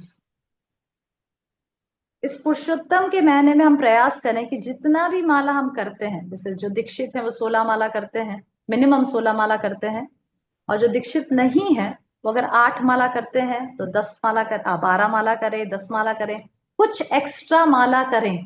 पूरे पुरुषोत्तम के महीने में कुछ ना कुछ extra माला अवश्य करें, यथाशक्ति। एक एक्स्ट्रा करें, 2 एक्स्ट्रा या 4 एक्स्ट्रा। अगर जो 16 नहीं करते हैं वो प्रयास करें कि पूरा पुरुषोत्तम के महीने में 16 माला करेंगे, राइट। और जो लोग 16 माला करते हैं और एक्स्ट्रा कर सकते हैं, एक्स्ट्रा डेफिनेटली कर सकते हैं, प्रयास करें कि 16 माला की क्वालिटी को हम बढ़ाएं। ठीक है, अगर हम 16 माला बस चलते फिरते करने के लिए कर रहे हैं तो प्रयास करें कि इस पुरुषोत्तम के महीने में हम अपनी क्वालिटी इंप्रूव करें, हम ध्यान पूर्वक नाम जप करें, हरे कृष्णा कृष्णा कृष्णा हरे हरे, हरे राम राम राम हरे हरे। एक एक शब्दों को ध्यान पूर्वक उच्चारण करें। जप करने में 3 चीज बहुत इंपॉर्टेंट है, पोस्चर, प्रोनाउंसिएशन और prayer. Always remember these 3 P's in chanting: posture, pronunciation and prayers. Okay, pronunciation में it should be loud, clear and distinct. These 3 things are very important in pronunciation. 3 चीज याद रखिए। एलसीडी याद रखिए, LCD. LCD बोलते हैं ना, इसको क्या बोलते हैं, टेलीविजन को क्या बोलते हैं, एलसीडी बोलते हैं। What we call the televisions? LED, huh? LED. What we say the new televisions nowadays? LCD or LED? I don't know. What they, huh? Yes, Madhuri? LED Mataji. LED. Yes, Mataji. LCD. Acha, LCD. Yes, that's what I'm saying. So you remember the LCD. Loud, clear, and distinct. Our pronunciation and chanting should be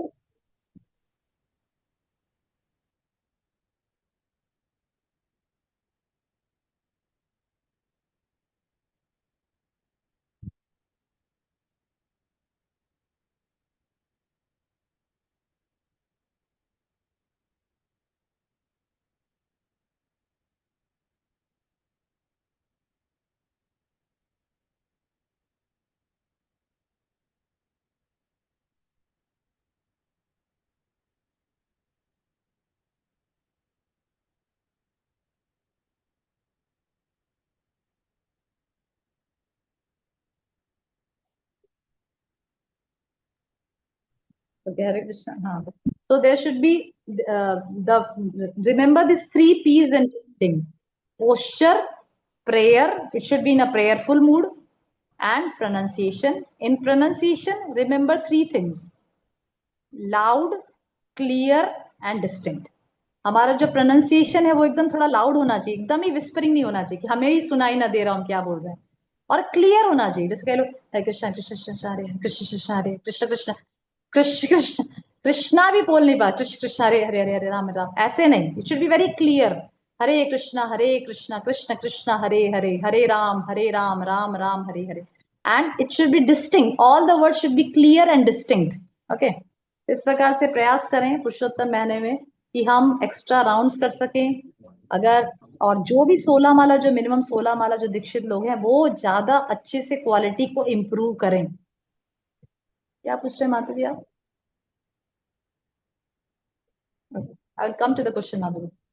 okay, तो first thing is chanting extra rounds. हो सके पुरुषोत्तम महीना में ज्यादा से ज्यादा extra rounds प्रयास करें, समय व्यर्थ न गवाएं। बहुत ही एक एक क्षण पुरुषोत्तम महीना का बहुत बहुत इंपॉर्टेंट है। एक एक घंटा, एक एक मिनट, एक एक सेकंड बहुत इंपॉर्टेंट है। उससे प्रयास करें, भगवान के नाम जप में उपयोग करें, या तो भगवान के लीला गुण ये सब सुनने में अपने समय को लगाएं। ओके, तो first is chanting extra rounds.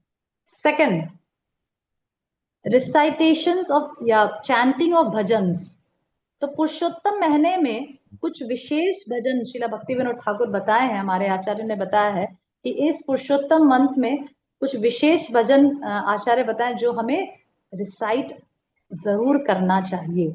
ऐसे तो ये सब चीजें हमें 365 डेज ही करना चाहिए, पर क्योंकि भगवान इस कुछ ऐसे मौके हमें देते हैं ताकि हम कम प्रयास से ज्यादा लाभ ले सकें, राइट। और ऐसा सब एक्चुअली देकर भगवान हमें ज्यादा हमारे उत्साह को बढ़ाते हैं कि अच्छा इतना करने में इतना फल प्राप्त होगा, एक माला करेंगे तो 1000 माला का फल प्राप्त होगा, तो we became more enthusiastic to get more, right.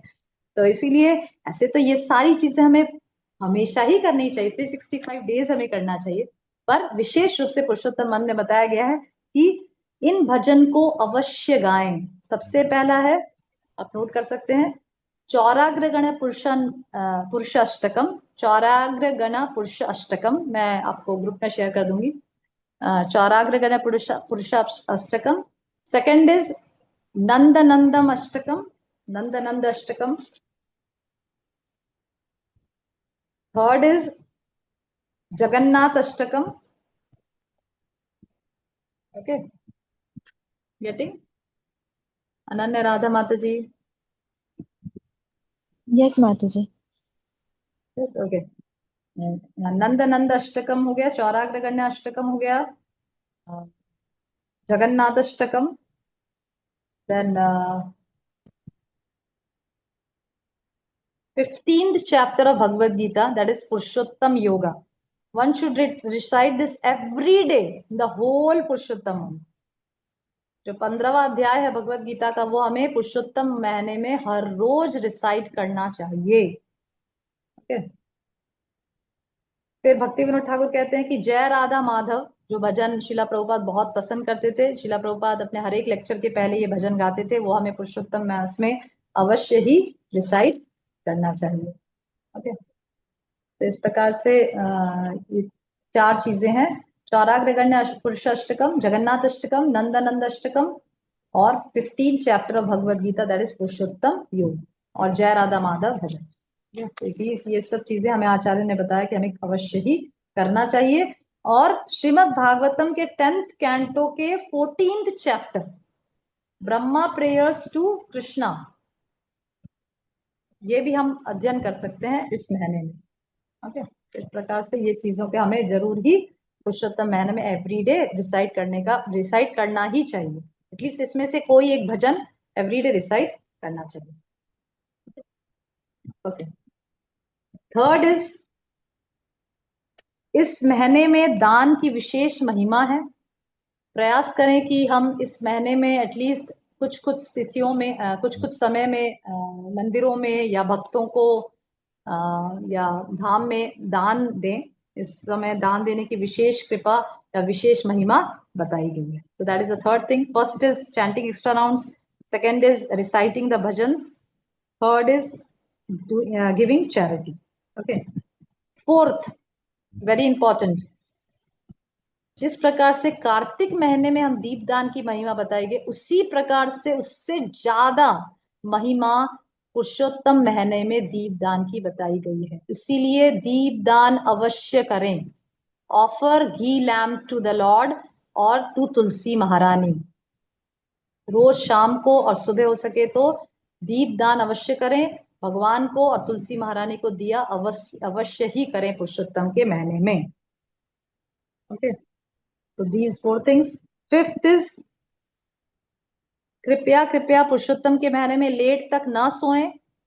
जो लोग बहुत सुबह जल्दी नहीं उठते हैं वो कृपया 1 महीना इस पुरुषोत्तम मंथ में ब्रह्म मुहूर्त समय में अवश्य उठ जाएं। एटलीस्ट 5 बजे तक तो अवश्य। अभी गर्मी का महीना है तो जल्दी उठने में ज्यादा समस्या नहीं होती है, तो कृपया करके एटलीस्ट 5 o'clock तक तो जरूर ही उठ जाए। सनराइज से कुछ पहले अवश्य उठ जाएं और भगवान का नाम जप करें। This is the 5th thing. First is extra loud chanting. Second is reciting the bhajan. Third is giving charity. Fourth is offering ghee lamp. And 5th is waking up before sunrise. Okay. 6th, इस महीने में विशेष करके आप everyday तुलसी भगवान को अर्पण करते ही होंगे, फूल अर्पण करते ही होंगे, पर इस महीने में 30 दिन विशेष भगवान को तुलसी की माला या तुलसी पत्र अवश्य ही अर्पण करें। विशेष भगवान की कृपा आपको प्राप्त होगी। ओके, तो ये सब चीजें बहुत इंपॉर्टेंट है। Okay, next, hearing Bhagavad Gita, Shrimad Bhagavatam, चैतन्य चरितामृत। जो भी समय हो उसमें प्रजल्प कम से कम करें, कम से कम प्रजल्प में भाग लें। बिल्कुल ना करें तो बहुत अच्छा है। ज्यादा से ज्यादा समय जो भी आपको आपके कार्यों के पश्चात जो समय प्राप्त हो रहा है उसमें ज्यादा से ज्यादा भगवान के नाम गुण लीलाओं का श्रवण करें। इससे विशेष लाभ पुरुषोत्तम अंत में आपको प्राप्त होगा। और अपने जीवन को सिंपल रखें। बहुत ज्यादा इस पूरे महीने में बहुत ज्यादा भौतिक कार्यों में ना लगें। ज्यादा शॉपिंग करना, ज्यादा भौतिक कार्यों में ज्यादा लिप्त होना, इस प्रकार से अवॉइड करें। ओके, नेक्स्ट इज, हो सके तो इस पूरे 1 महीने के दौरान एक धाम विजिट करें, कोई भी एक धाम, या तो वृंदावन धाम या मायापुर धाम या जगन्नाथपुरी, या जैसे मैंने आपको कहा नैमी शरण्य, कोई भी एक धाम पूरे महीने में एक बार अवश्य विजिट करें। इससे बहुत बहुत हजारों गुना ज्यादा फल आपको प्राप्त होगा। नेक्स्ट इज, इस पूरे महीने में धाम विजिट करें। हाँ, साथ साथ उस धाम में जाकर उस वहां धाम में जो पवित्र नदियां हैं उसमें अवश्य स्नान करें। Please take bath in that holy river. Okay, तो ये भी बहुत विशेष है। और जो लोग पवित्र नदियों में स्नान नहीं कर पा रहे हैं तो मैं उनके लिए उपाय बताती हूँ कि आप क्या करें। आप अपने घर में ही, अगर आपके पास राधा कुंड, श्याम कुंड या गंगा जल वगैरह है, तो आप जिस पानी से स्नान करने वाले हैं उस पानी में ही 1 बूंद गंगा जल या राधा कुंड का पानी से डालकर उस पानी से आप रोज स्नान पुरुषोत्तम महीने में कर सकते हैं। उससे भी आपको विशेष लाभ प्राप्त होगा। ओके ओके, तो इस महीने में हर रोज प्रयास करें पुरुषोत्तम महीने की अलग अलग महिमाएं, जो पद्म पुराण, स्कंद पुराण और अलग अलग पुराणों में जो विशेष महिमाएं पुरुषोत्तम महीने की दी गई है, जो भगवान की जो अनेक लीलाएं दी गई है, उसे आप अवश्य श्रवण करें। ओके, और देखिए और एक बात कि हर एक दिन आप कृष्णा बुक से, जो श्रीला प्रभुपाद की जो कृष्णा बुक है उसमें से एक एक लीला रोज अध्ययन करें, रोज पढ़ें। एक एक लीला कृष्ण बुक से रोज रात में सोने से पहले एक एक लीला अवश्य पढ़ें पुरुषोत्तम महीने, पूरे पुरुषोत्तम महीने में। ओके ओके, तो इस प्रकार से ये सब चीजें पद्म पुराण में बताई गई है। इवन ऐसा भी बताया कि लक्ष्मी देवी स्वयं पुरुषोत्तम मास के व्रत का पालन करती है और पुरुषोत्तम महीने को के गुणगान करती है और पुरुषोत्तम महीने को वर्षित करती है। इतना प्रिय, इतना उत्तम ये पुरुषोत्तम का महीना है। ओके, तो इस प्रकार से है। और इस महीने में अच्छा और एक विशेष चीज ध्यान से सुनिए। इस पुरुषोत्तम के महीने में एक श्लोक है जो खास इस पुरुषोत्तम के महीने में गाया जाता है। एक श्लोक मैं बताऊंगी आपको, कौन से पुराण से इसके रेफरेंस आपको ग्रुप में शेयर करती हूँ, पर ये विशेष है। मैं कुछ काफी लेक्चर्स में सुना कि ये श्लोक हमें प्रतिदिन सुबह, दोपहर और शाम कहते रहना चाहिए पुरुषोत्तम महीने में। तो आप नोट डाउन कर लीजिए, या तो फिर मैं आपके ग्रुप में शेयर कर दूंगी। गोवर्धन धरम वंदे गोपाल गोपरूपिणम गोकुलोत्सवम ईशनम गोविंदम गोपिका प्रियम। ये बहुत सुंदर श्लोक है। इसका अर्थ ये है, गोवर्धन धरम वंदे, वंदे means I offer my obeisances. मैं गोवर्धन धर्म, जिस भगवान ने गोवर्धन धारी, जो भगवान है जो गोवर्धन को उठाए हुए हैं, उनको मैं प्रणाम करती हूँ। गोपाल गोप रूपिनम, और जो कैसे रूप धारण किए हैं, गोपाल का रूप धारण किए हैं, जिनका रूप कैसा है, एक गोप बालक का रूप है, ऐसे को भगवान को मैं प्रणाम करती हूँ। गोकुलोत्सवम ईशनम, गोकुलोत्सवम जो सभी गोकुल के तो फेस्टिवल है, he is the festival of Gokul, ईशनम, और वो सभी के ईश्वर हैं, सभी के कंट्रोलर हैं। गोविंदम गोपी का प्रियम, और जो सभी गोपियों के प्रिय हैं, ऐसे गोविंद को मैं प्रणाम करती हूँ। इस श्लोक का अवश्य ही पाठ सभी माताओं ने तीनों समय अवश्य पाठ करें। मैं ग्रुप में आपको शेयर कर दूंगी, जिसके पास ये श्लोक ऑलरेडी है। कितने लोगों के पास ये श्लोक है पहले से? अब मेरे पास नहीं है माता जी। You have Keshavi? नो माता ओके जी। Okay, I will share this in the group. Artisha Mataji, I don't know how many of you have already have this slok, but this is a very important verse. Please recite this verse 3 times daily, in the morning, evening and afternoon, in the whole Purushottam month. I will share this slok in the group. Okay.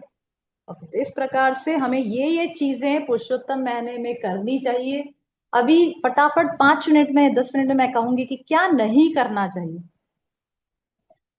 सबसे पहले हमें वैष्णव अपराध, इस पूरे महीना हमें कभी नहीं करना चाहिए वैष्णव अपराध, पर विशेष करके सतर्क रहें इस पुरुषोत्तम मंथ में, वैष्णव अपराध से बचें, बहुत बहुत सतर्क रहें। पूरा महीना वैष्णव अपराध न करें, किसी भी वैष्णव की निंदा न करें, किसी भी वैष्णव का अपमान न करें, और सभी वैष्णवों का आदर करें, उनकी सेवा करें पूरे पुरुषोत्तम महीने में। ओके, तो ये सबसे पहली चीज है जो कभी ना करें, जो एटलीस्ट कभी भी ना करें, पर स्पेशली पुरुषोत्तम महीना में विशेष ध्यान रखें कि ये चीज ना हो। Okay, second is 4 regulative principles को ब्रेक ना करें। No meat eating, no gambling, no illicit sex, no intoxication. ये चारों पापों से बहुत ही सतर्क होके इन चारों पापों को इस पुरुषोत्तम महीने में ना करें। ओके, बाहर का बिल्कुल ना खाएं। इस पूरे महीने में विशेष ध्यान रखें कि बिल्कुल बाहर का जो प्रसाद नहीं है, वो बिल्कुल भी बाहर सेवन ना करें। ओके, कई लोग इस पुरुषोत्तम महीने में अपने बाल वगैरह भी नहीं काटते हैं, नाखून भी नहीं काटते। जैसे एकादशी में पालन करते हैं, वैसे पुरुषोत्तम महीने में भी पूरे महीने बाल नहीं काटते, नाखून नहीं काटते। तो ये भी पुरुषोत्तम महीने में एक चीज बताई गई जो नहीं करना चाहिए। नेक्स्ट इज, इस महीने में क्रोध ना करें, क्रोध से बचें। No anger, no anger in this month. No anger, never we should be angry, but especially in this month we should not be angry. Okay, so first is no वैष्णव अपराध,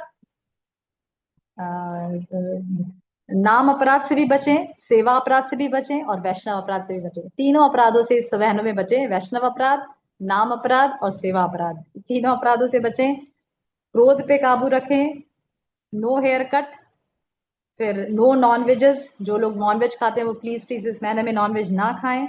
स्ट्रिक्टली 4 नियम का पालन करें, और कृपया करके बाहर का नॉन प्रसाद और बाहर का कर्मी फूड इस महीने में बिल्कुल ना खाएं, और अपने जप में और समय को व्यर्थ ना गवाते हुए, समय का सदुपयोग करते हुए हर समय जब भी समय मिले भगवान के नाम गुण लीलाओं में अपने मन को लगाएं।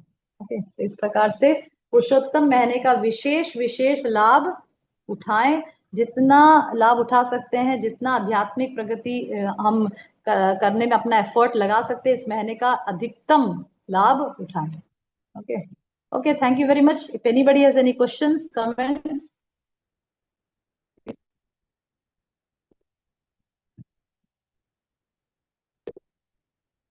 यस। नो माता जी।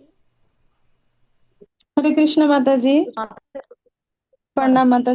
माता जी, वो जो हम लोग करेंगे वो 2 नंबर में क्या था? शुरू में चैंटिंग ज्यादा करे, उसके बाद माता जी क्या था? एक्स्ट्रा चैंटिंग, सबसे पहला एक्स्ट्रा चैंटिंग, ज्यादा से ज्यादा माला। Second is recitation of bhajans, जो मैंने आपको भजन्स बताए, चौराग्र गण पुरुष अष्टकम, फिर जगन्नाथ अष्टकम, नंद नंद अष्टकम, फिर भगवत गीता का 15वां अध्याय पुरुषोत्तम योग।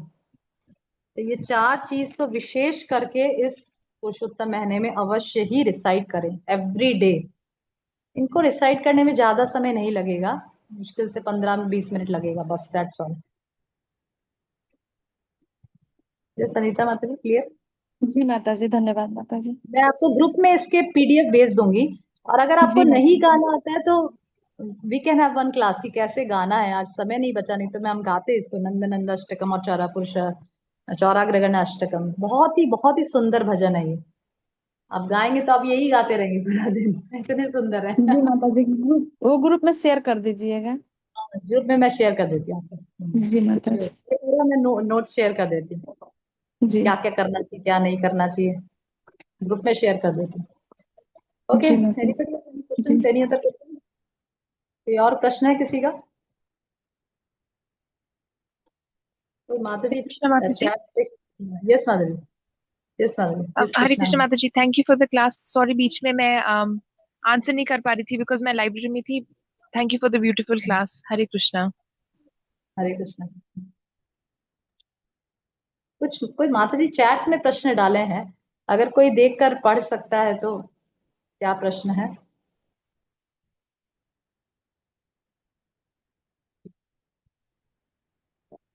कृष्णांगी, आप पढ़ सकते हो चैट में क्या प्रश्न है, चैट बॉक्स में? यस माता जी। सो हाँ। हम राधा नाम जप करते हैं तो क्या चलेगा? अच्छा, that was one Radha. Question. ठीक, ऐसे हम ब्रज में रहते हैं, मैं वृंदावन में रहती हूँ, मैं देखती हूँ कि यहाँ पे सारे लोग, मैक्सिमम लोग राधा ही नाम जप करते हैं। राधे राधे, आप कहीं भी चले जाओ ब्रज में, हरे कृष्णा कोई भी नहीं बोलेगा। इवन जो आसपास के, जो यहाँ पे गांव में लोग रहने वाले, वो कभी हरे कृष्णा नहीं बोले, हमेशा राधे राधे ही बोलेंगे आप। ठीक है। तो प्रभुपाद, एक बार एक प्रभुपाद के साथ कन्वर्सेशन है, तो प्रभुपाद वहां वहां कहते हैं कि व्रज के लोग की राधा रानी की विशेष कृपा है। व्रज में जो लोग पैदा हुए हैं और व्रज के जो व्रजवासी हैं, उनके ऊपर श्रीमती राधा रानी की विशेष कृपा है। उनको अनुमति दे रखी है कि वो डायरेक्ट राधे राधे राधे राधे नाम जप करें, पर हमें अपने आचार्य को फॉलो करना है। हमारे आचार्य शिला प्रभुपाद ने हरे कृष्ण महामंत्र जप करना सिखाया, जिसमें हरे श्रीमती राधा रानी को ही संबोधित करता है। हरे शब्द जो है वो कृष्ण की शक्ति, जो कि श्रीमती राधा रानी है, उससे ही संबोधित करता है। इसलिए जब हरे कृष्णा कहते हैं तो उसमें श्रीमती राधा रानी आ ही जाती है, राइट? तो इसीलिए ऐसा मत समझिए कि हम राधे नहीं बोल रहे तो हम राधा रानी का स्मरण नहीं कर रहे। हरे मतलब श्रीमती राधा रानी। तो इसीलिए हरे कृष्ण महामंत्र जो स्वयं श्री चैतन्य महाप्रभु ने हमें दिया है इस कलयुग में, विशेष हरेर नाम हरेर नाम एव केवलम कलो नास्तेव नास्तेव नास्तेव गतिरन्यथा। हरि का नाम जो भगवान स्वयं इस महामंत्र को दिया है, उसी के द्वारा हमें भक्ति, उसी तरह से हमें भक्ति करके भगवत धाम जाना है। ओके, तो हमें आचार्य महाजनों ये न गता सपंता, हमें महाजनों के पद चिन्हों पर चलकर भक्ति करनी है। ओके, तो इस प्रकार से राधे नाम ना लेकर हरे कृष्ण महामंत्र जप करें तो अच्छा है, क्योंकि ये राधे नाम जो डायरेक्टली है वो ब्रजवासियों को स्पेशली बताया गया था कि भाई वो राधे राधे कह सकते हैं, पर हमें हमारे गुरु जिस प्रकार से हमें सिखाएं उसी प्रकार से हमें भक्ति करनी है, हमें मनमाने ढंग से भक्ति नहीं करनी है। Okay, any other question? Yes, again, Krishnangi, read in the chat box. अच्छा, आपने लगा क्या? हरे कृष्णा माता जी मैं ग्रुप में ऐड नहीं हूँ, आप मुझे ऐड कर सकते हैं? हाँ, श्योर श्योर ऐड कर सकते हैं। आप नंबर सेंड कर दीजिए माता जी, मैं आपको ग्रुप में ऐड कर देती हूँ। आप मुझे हरे कृष्णा व्हाट्सअप करिए, मैं आपका नंबर ऐड कर देती हूँ। आपके हरे पास मेरा कृष्ण नंबर है? माता जी। यस माता जी। प्रणाम माता यस जी। बीवा माता जी। अच्छा, यस माता सलोनी। जी। एक मिनट में, कौन बोल रहा है ये? सलोनी माता जी? बीवा माता जी? यस माता जी। आपके पास, आप ग्रुप में नहीं है? मैं तो ग्रुप में हूँ माता जी।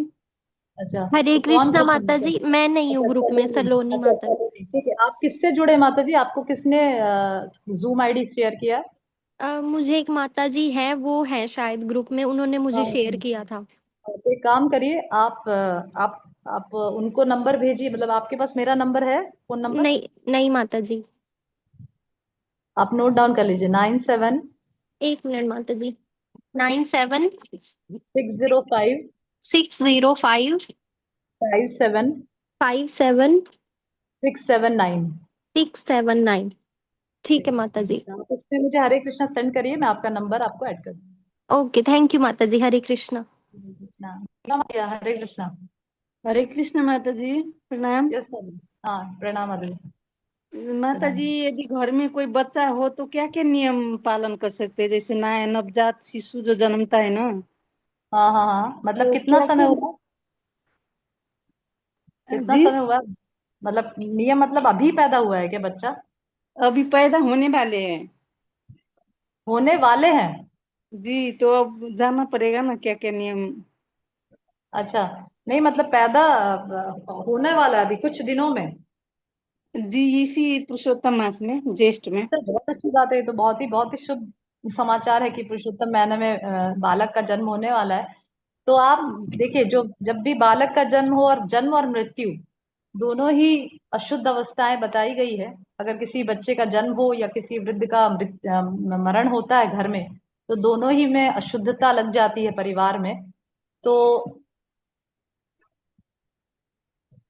1.25 महीने तक, मतलब लगभग जो माता है, माता और शिशु माता जी। और शिशु, वो लोग 1.25 महीने तक मंदिर में प्रवेश नहीं करते हैं। वो अशुद्ध माने गए हैं। इवन किचन में भी वो कुकिंग नहीं करते हैं। अगर कोई वृद्ध हो या दूसरे स्त्री हो, वही कुकिंग करे। और 1.25 महीने के पश्चात सबसे पहले वो मंदिर जाकर शुद्धि हो जाते हैं, और फिर वो किचन में प्रवेश कर सकते हैं। पर इसके पहले वो भक्ति में क्या क्या अंग कर सकते हैं? वो माला हमेशा कर सकते हैं, हॉस्पिटल में भी माला कर सकते हैं। माला में कोई बंदिश नहीं है, कोई रोक टोक नहीं है। हरे कृष्ण महामंत्र का माला हमेशा कर सकते हैं, बच्चा छोटा हो, बच्चा पेट में हो, बच्चा बाहर आ गया, कोई प्रॉब्लम नहीं है। भगवान की कथा का श्रवण हमेशा कर सकते हैं। हाँ, श्रीमद् भागवतम या गीता वगैरह को ना छुएं, क्योंकि अशुद्ध अवस्था में है, अभी पीरियड्स की अवस्था रहती है उस समय, शिशु शिशु के पश्चात। तो उसमें ना छुएं, ये सब ग्रंथों को ना छुएं, किसी प्रकार से भगवान की सेवा में ना लगे। पर श्रवण कर सकते हैं, भगवान का नाम जप कर सकते हैं। उस सब में कोई रोक टोक नहीं है। और प्रसाद भोग लगाना है कि नहीं माता जी हाँ, वो घर में? प्रसाद भोग तो नहीं लगा पाएंगे ना माधुरी, अशुद्ध अवस्था में तो कैसे भोग लगाएंगे प्रसाद नहीं, वगैरह जैसे तो? घर के जो कोई जो बनाने वाले होंगे वो हाँ सब तो हाँ लगा सकते हैं ना? हाँ, वो तो लगा सकते हैं, वो तो लगा सकते हैं। 1.25 महीना तो सिर्फ बच्चे और शिशु के लिए है। बाकी जी। जब जन्म होता है तो आई थिंक 7 दिन का वो लग जाता है, सूतक लग जाता है। 7 डेज का, 7 डेज का परिवार में सूतक लगता है, जब परिवार का कोई भी सदस्य वो भगवान का भोग बना के भगवान के अल्टर में सेवा नहीं कर सकता। किसी और जो परिवार का जो कोई और सदस्य है जो डायरेक्टली परिवार से नहीं जुड़ा हुआ है, जैसे हस्बैंड वाइफ माता पिता, ये तो डायरेक्टली जुड़े हैं। पर अगर हस्बैंड की बहन है, हस्बैंड की जो बहन है जी। वो कर सकती है, वो सेवा कर सकती है। समझ रहे हैं? वो सेवा बाहर का कोई सदस्य, बाहर के पड़ोसी या कोई रिश्तेदार, वो भगवान के मंदिर, वो उनके मंदिर में आके सेवा कर सकते हैं, प्रसाद बना सकते हैं और ऑफर कर सकते हैं। पर जो घर के जो सदस्य हैं वो नहीं कर सकते, वो बना के ऑफर नहीं कर सकते। जैसे 7 दिन अब सूतक लग हस्बैंड जाता है। खाना प्रसाद बनाएंगे और भोग नहीं लगा, भोग नहीं लगाना है। मतलब प्रसाद बनाए, भोग बनाए, अगर कोई ना हो तो, पर ऑफरिंग कोई और करे तो अच्छा है। पर अगर इसी अवस्था में ऐसे, क्योंकि शिशु का जन्म हुआ है तो डेफिनेटली कोई ना कोई मदद करने के लिए तो आया होगा ना माता जी, अकेले तो कोई नहीं होंगे ना। सास मम्मी। हाँ, मम्मी आए हैं ना। मम्मी मतलब सास मम्मी। अच्छा, सासू माँ। हाँ, तो सासू माँ तो उसी परिवार के हैं, तो है जी। वापस वही परिवार हो गया। पर जरूर भोग, देखिए सबसे ज्यादा कंटेमिनेशन लगता है माता का और शिशु का। परिवार में भी 7 दिन का कंटेमिनेशन लगता है, इसीलिए पूजा वगैरह नहीं होती है परिवार के अंदर, मतलब किसी प्रकार से घर में पूजा वो जो सदस्य वो नहीं करते 7 दिन। बाकी भोग बनाना है, अगर कोई नहीं है तो डेफिनेटली भोग तो बनाना पड़ेगा और ऑफर भी करना पड़ेगा। अगर कोई नहीं है तो करें, विषय अवश्य करें, इमरजेंसी सिचुएशन है, कोई नहीं है। पर सेवा किसी प्रकार की ना करें, अब अगर मंदिर में किसी प्रकार की कोई सेवा ना करें। थैंक यू माता जी। हरे कृष्ण। हरे ओके। कृष्ण माता जी, मेरा एक सवाल हाँ, और ये था। ये माता जी, सब ये। जैसे कि दीप दान करना चाहिए हमें, तो जैसे हम हाँ लोग तो हाँ। सुबह शाम दीप जलाते हैं, तो और भी कोई तरीका है दीप दान करने का माता जी? जैसे एक दीप जला के ही रखते हैं हम लोग।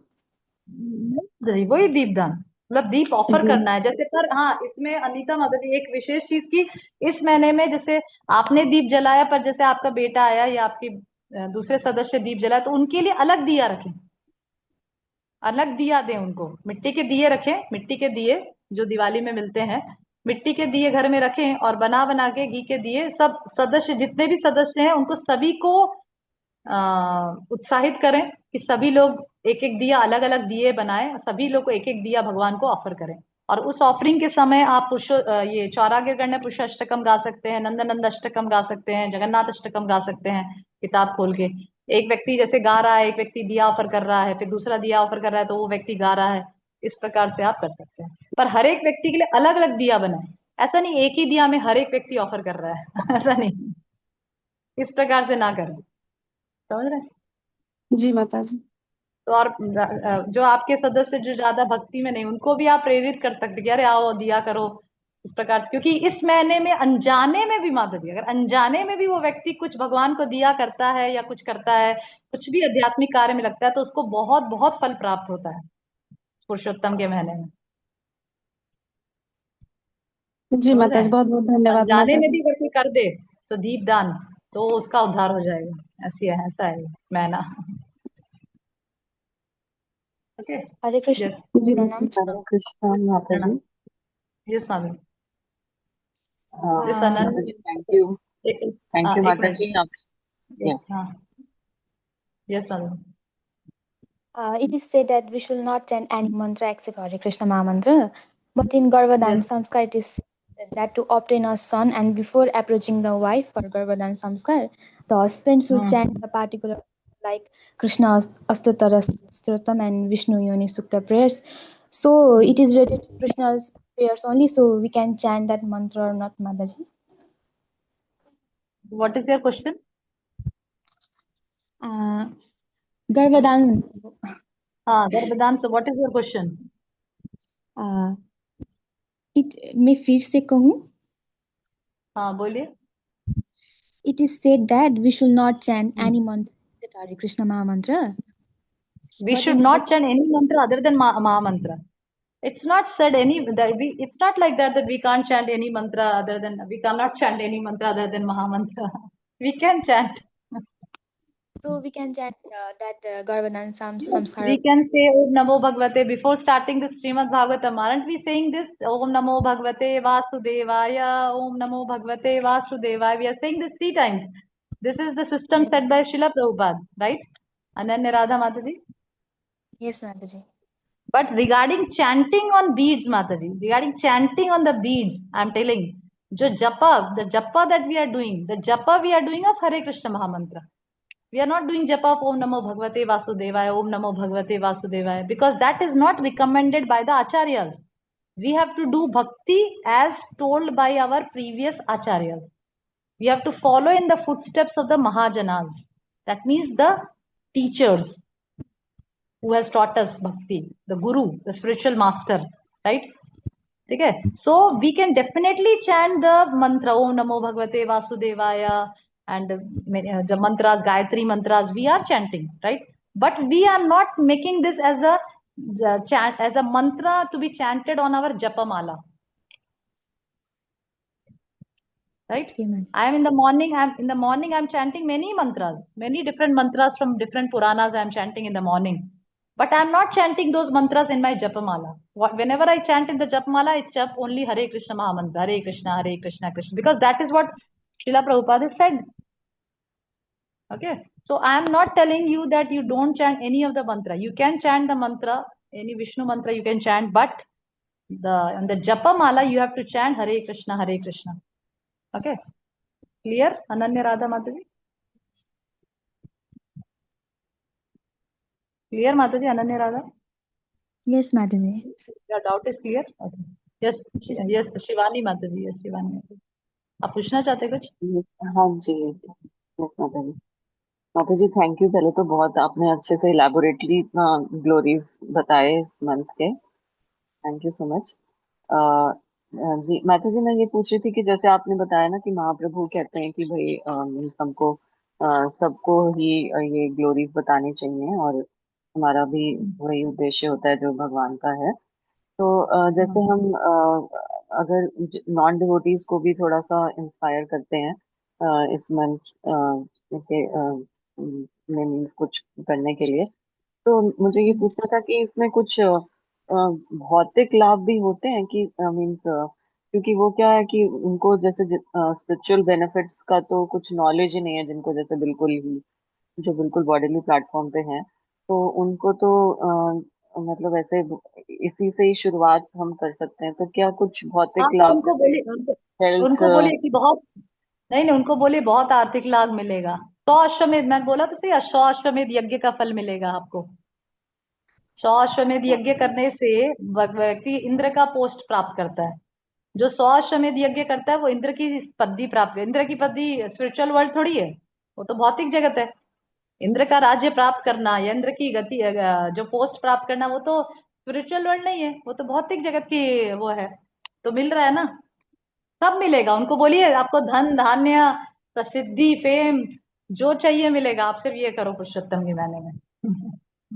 माता जी कुछ हेल्थ बेनिफिट्स भी मिलते हैं क्या वैसे? जैसे See, सनराइज से जितने पहले भी उठ के हम.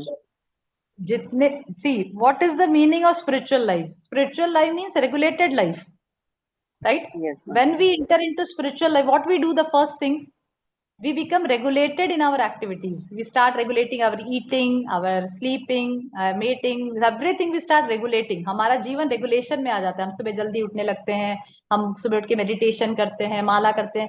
जो कर्मी लोग तो कह ही रहे हैं कि अरे हेल्थ बनाने के लिए सुबह मेडिटेशन करो, योगा करो, ये करो, वो तो हम ऑटोमेटिकली कर रहे हैं. And at the same time we are getting spiritual benefit as well, right? जो कर्मी लोग हैं, मैं कई बार कर्मी लोग का वीडियोस ऐसा देखी हूँ, जो बोलते हैं सबसे पहले आप सुबह जल्दी उठिए तो आपका स्वास्थ्य अच्छा रहेगा. तो मैं सोचा हम तो रोज ही सुबह जल्दी उठ रहे हैं. स्वास्थ्य के लिए नहीं उठ रहे, पर भगवान का दर्शन के लिए उठ रहे, पर उठ तो रहे हैं कि नहीं? We are rising up early in the morning. तो definitely if somebody is doing spiritual activities, then definitely his health is going to be going to improve. क्योंकि all those nasty habits, जो कभी भी सोना, कभी भी उठना, कभी भी खाना, as we progress in spiritual life हम रेगुलेट अपने आप हो जाते हैं. सोने में, उठने में, खाने में, जो हमारी खाने की 6-7 टाइम आदत होती है, हम अपने आप सोचते कि नहीं नहीं, अरे अभी बस खाया, अभी प्रसाद लेना है, अभी प्रसाद बनाएंगे, भोग लगाएंगे, प्रसाद लेंगे, फिर ही प्रसाद खाएंगे. ऐसे अपने आप हमारा दिमाग रेगुलेशन में चलने लग जाता है. तो definitely all those spiritual activities will automatically help us without our need, मतलब without going for that directly. हम उसके लिए जा नहीं रहे हैं, पर it's indirectly helping us health wise as well, physically also. Okay, तो इस प्रकार से आपको जो लोग जो सुनना चाहते हैं वही सुनाइए. उनको येन केन प्रकारेण उनको भक्ति में लाइए.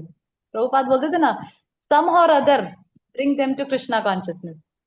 कैसे भी किसी प्रकार से भी व्यक्ति को, अगर कोई व्यक्ति सुबह मॉर्निंग वॉक करता है तो उसको बोलिए कि चलो मॉर्निंग वॉक करते करते मंदिर चलते हैं. तुम्हारी मॉर्निंग भी हो जाएगी और मंदिर भी पहुंच जाएंगे. यस माता तो जी. yes, थैंक यू माता जी. Thank you so much. Hare Krishna. Hare yes, Krishna. Shyam Priya. Shyam Priya Sheetala माता जी। हरे कृष्णा माता जी, दंडवत प्रणाम। प्रणाम माता जी, प्रणाम। माता जी, मेरा क्वेश्चन थोड़ा अलग है, हम्म लेकिन मुझे पूछना था आपसे।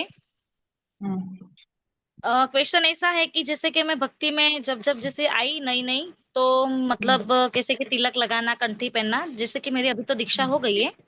तो जैसे अच्छा। जैसे नई भक्ति में जुड़ी मैं, तो जैसे तिलक लगाती थी, सब कुछ करती थी, तो जैसे कि आज मतलब के पड़ोस में जैसे नेबर्स रहते, वो लोग मुझे हम्म ऐसे ऐसे वर्ड्स बोलते थे कि जैसे बहुत दिखावा करती है, तो बहुत भक्तानी बन गई है, मतलब ऐसा ऐसा कुछ बोलते थे वो लोग मुझे। तो मैं हम्म अभी उन लोगों को देखती हूँ ना, मतलब तो मुझे ऐसा लगता है कि एक टाइम था कि मुझे लोग ने ऐसे वर्ड्स यूज किए हैं, लेकिन वो लोग तो कुछ भी नहीं करते। हाँ, आज के तारीख ना ना वो लोग को नाम जप करते, ना भगवान की सेवा करते, कुछ भी नहीं। तो मुझे हमेशा उन लोगों को देखती हूँ तो वो सवाल मेरे अंदर आता ही है। क्या सवाल आता है आपके क्योंकि मन में? मतलब सवाल ऐसा आता है कि मैं तो अच्छा काम कर, मतलब अच्छा करी हूँ ना, भगवान की भक्ति करी हूँ, तो मैं कोई दिखावा थोड़ी कर रही हूँ। मतलब मैंने उन हम्म लोगों को कभी कभी प्रोत्साहन भी किया था कि भगवान का नाम जप करो, भगवान की सेवा करो। ये सब मतलब एक प्रचार के थ्रू मैंने किया भी था, लेकिन वो चीज मतलब नहीं समझ पाए। लेकिन वो लोग मेरे बारे में ऐसा ही सोचते हैं कि दिखावा दिखावा। और मैं उन लोगों को देखती हूँ तो वो लोग तो कुछ नहीं करते, तो मेरा कैसे दिखावा हुआ? मेरा कहने का मतलब एक ही है कि वो खुद तो कुछ नहीं करते, तो दूसरे के अंदर अवगुण कैसे देखते हो लोग? जी माता जी, श्याम प्रिया माता जी, ये पूरा हाँ जो भौतिक जगत है ना माता जी, आपको समझना पड़ेगा कि हाँ कलेर दोषो कलेर, श्रीमद् भागवत में एक श्लोक आता है, कलेर दोषो निधे राजन।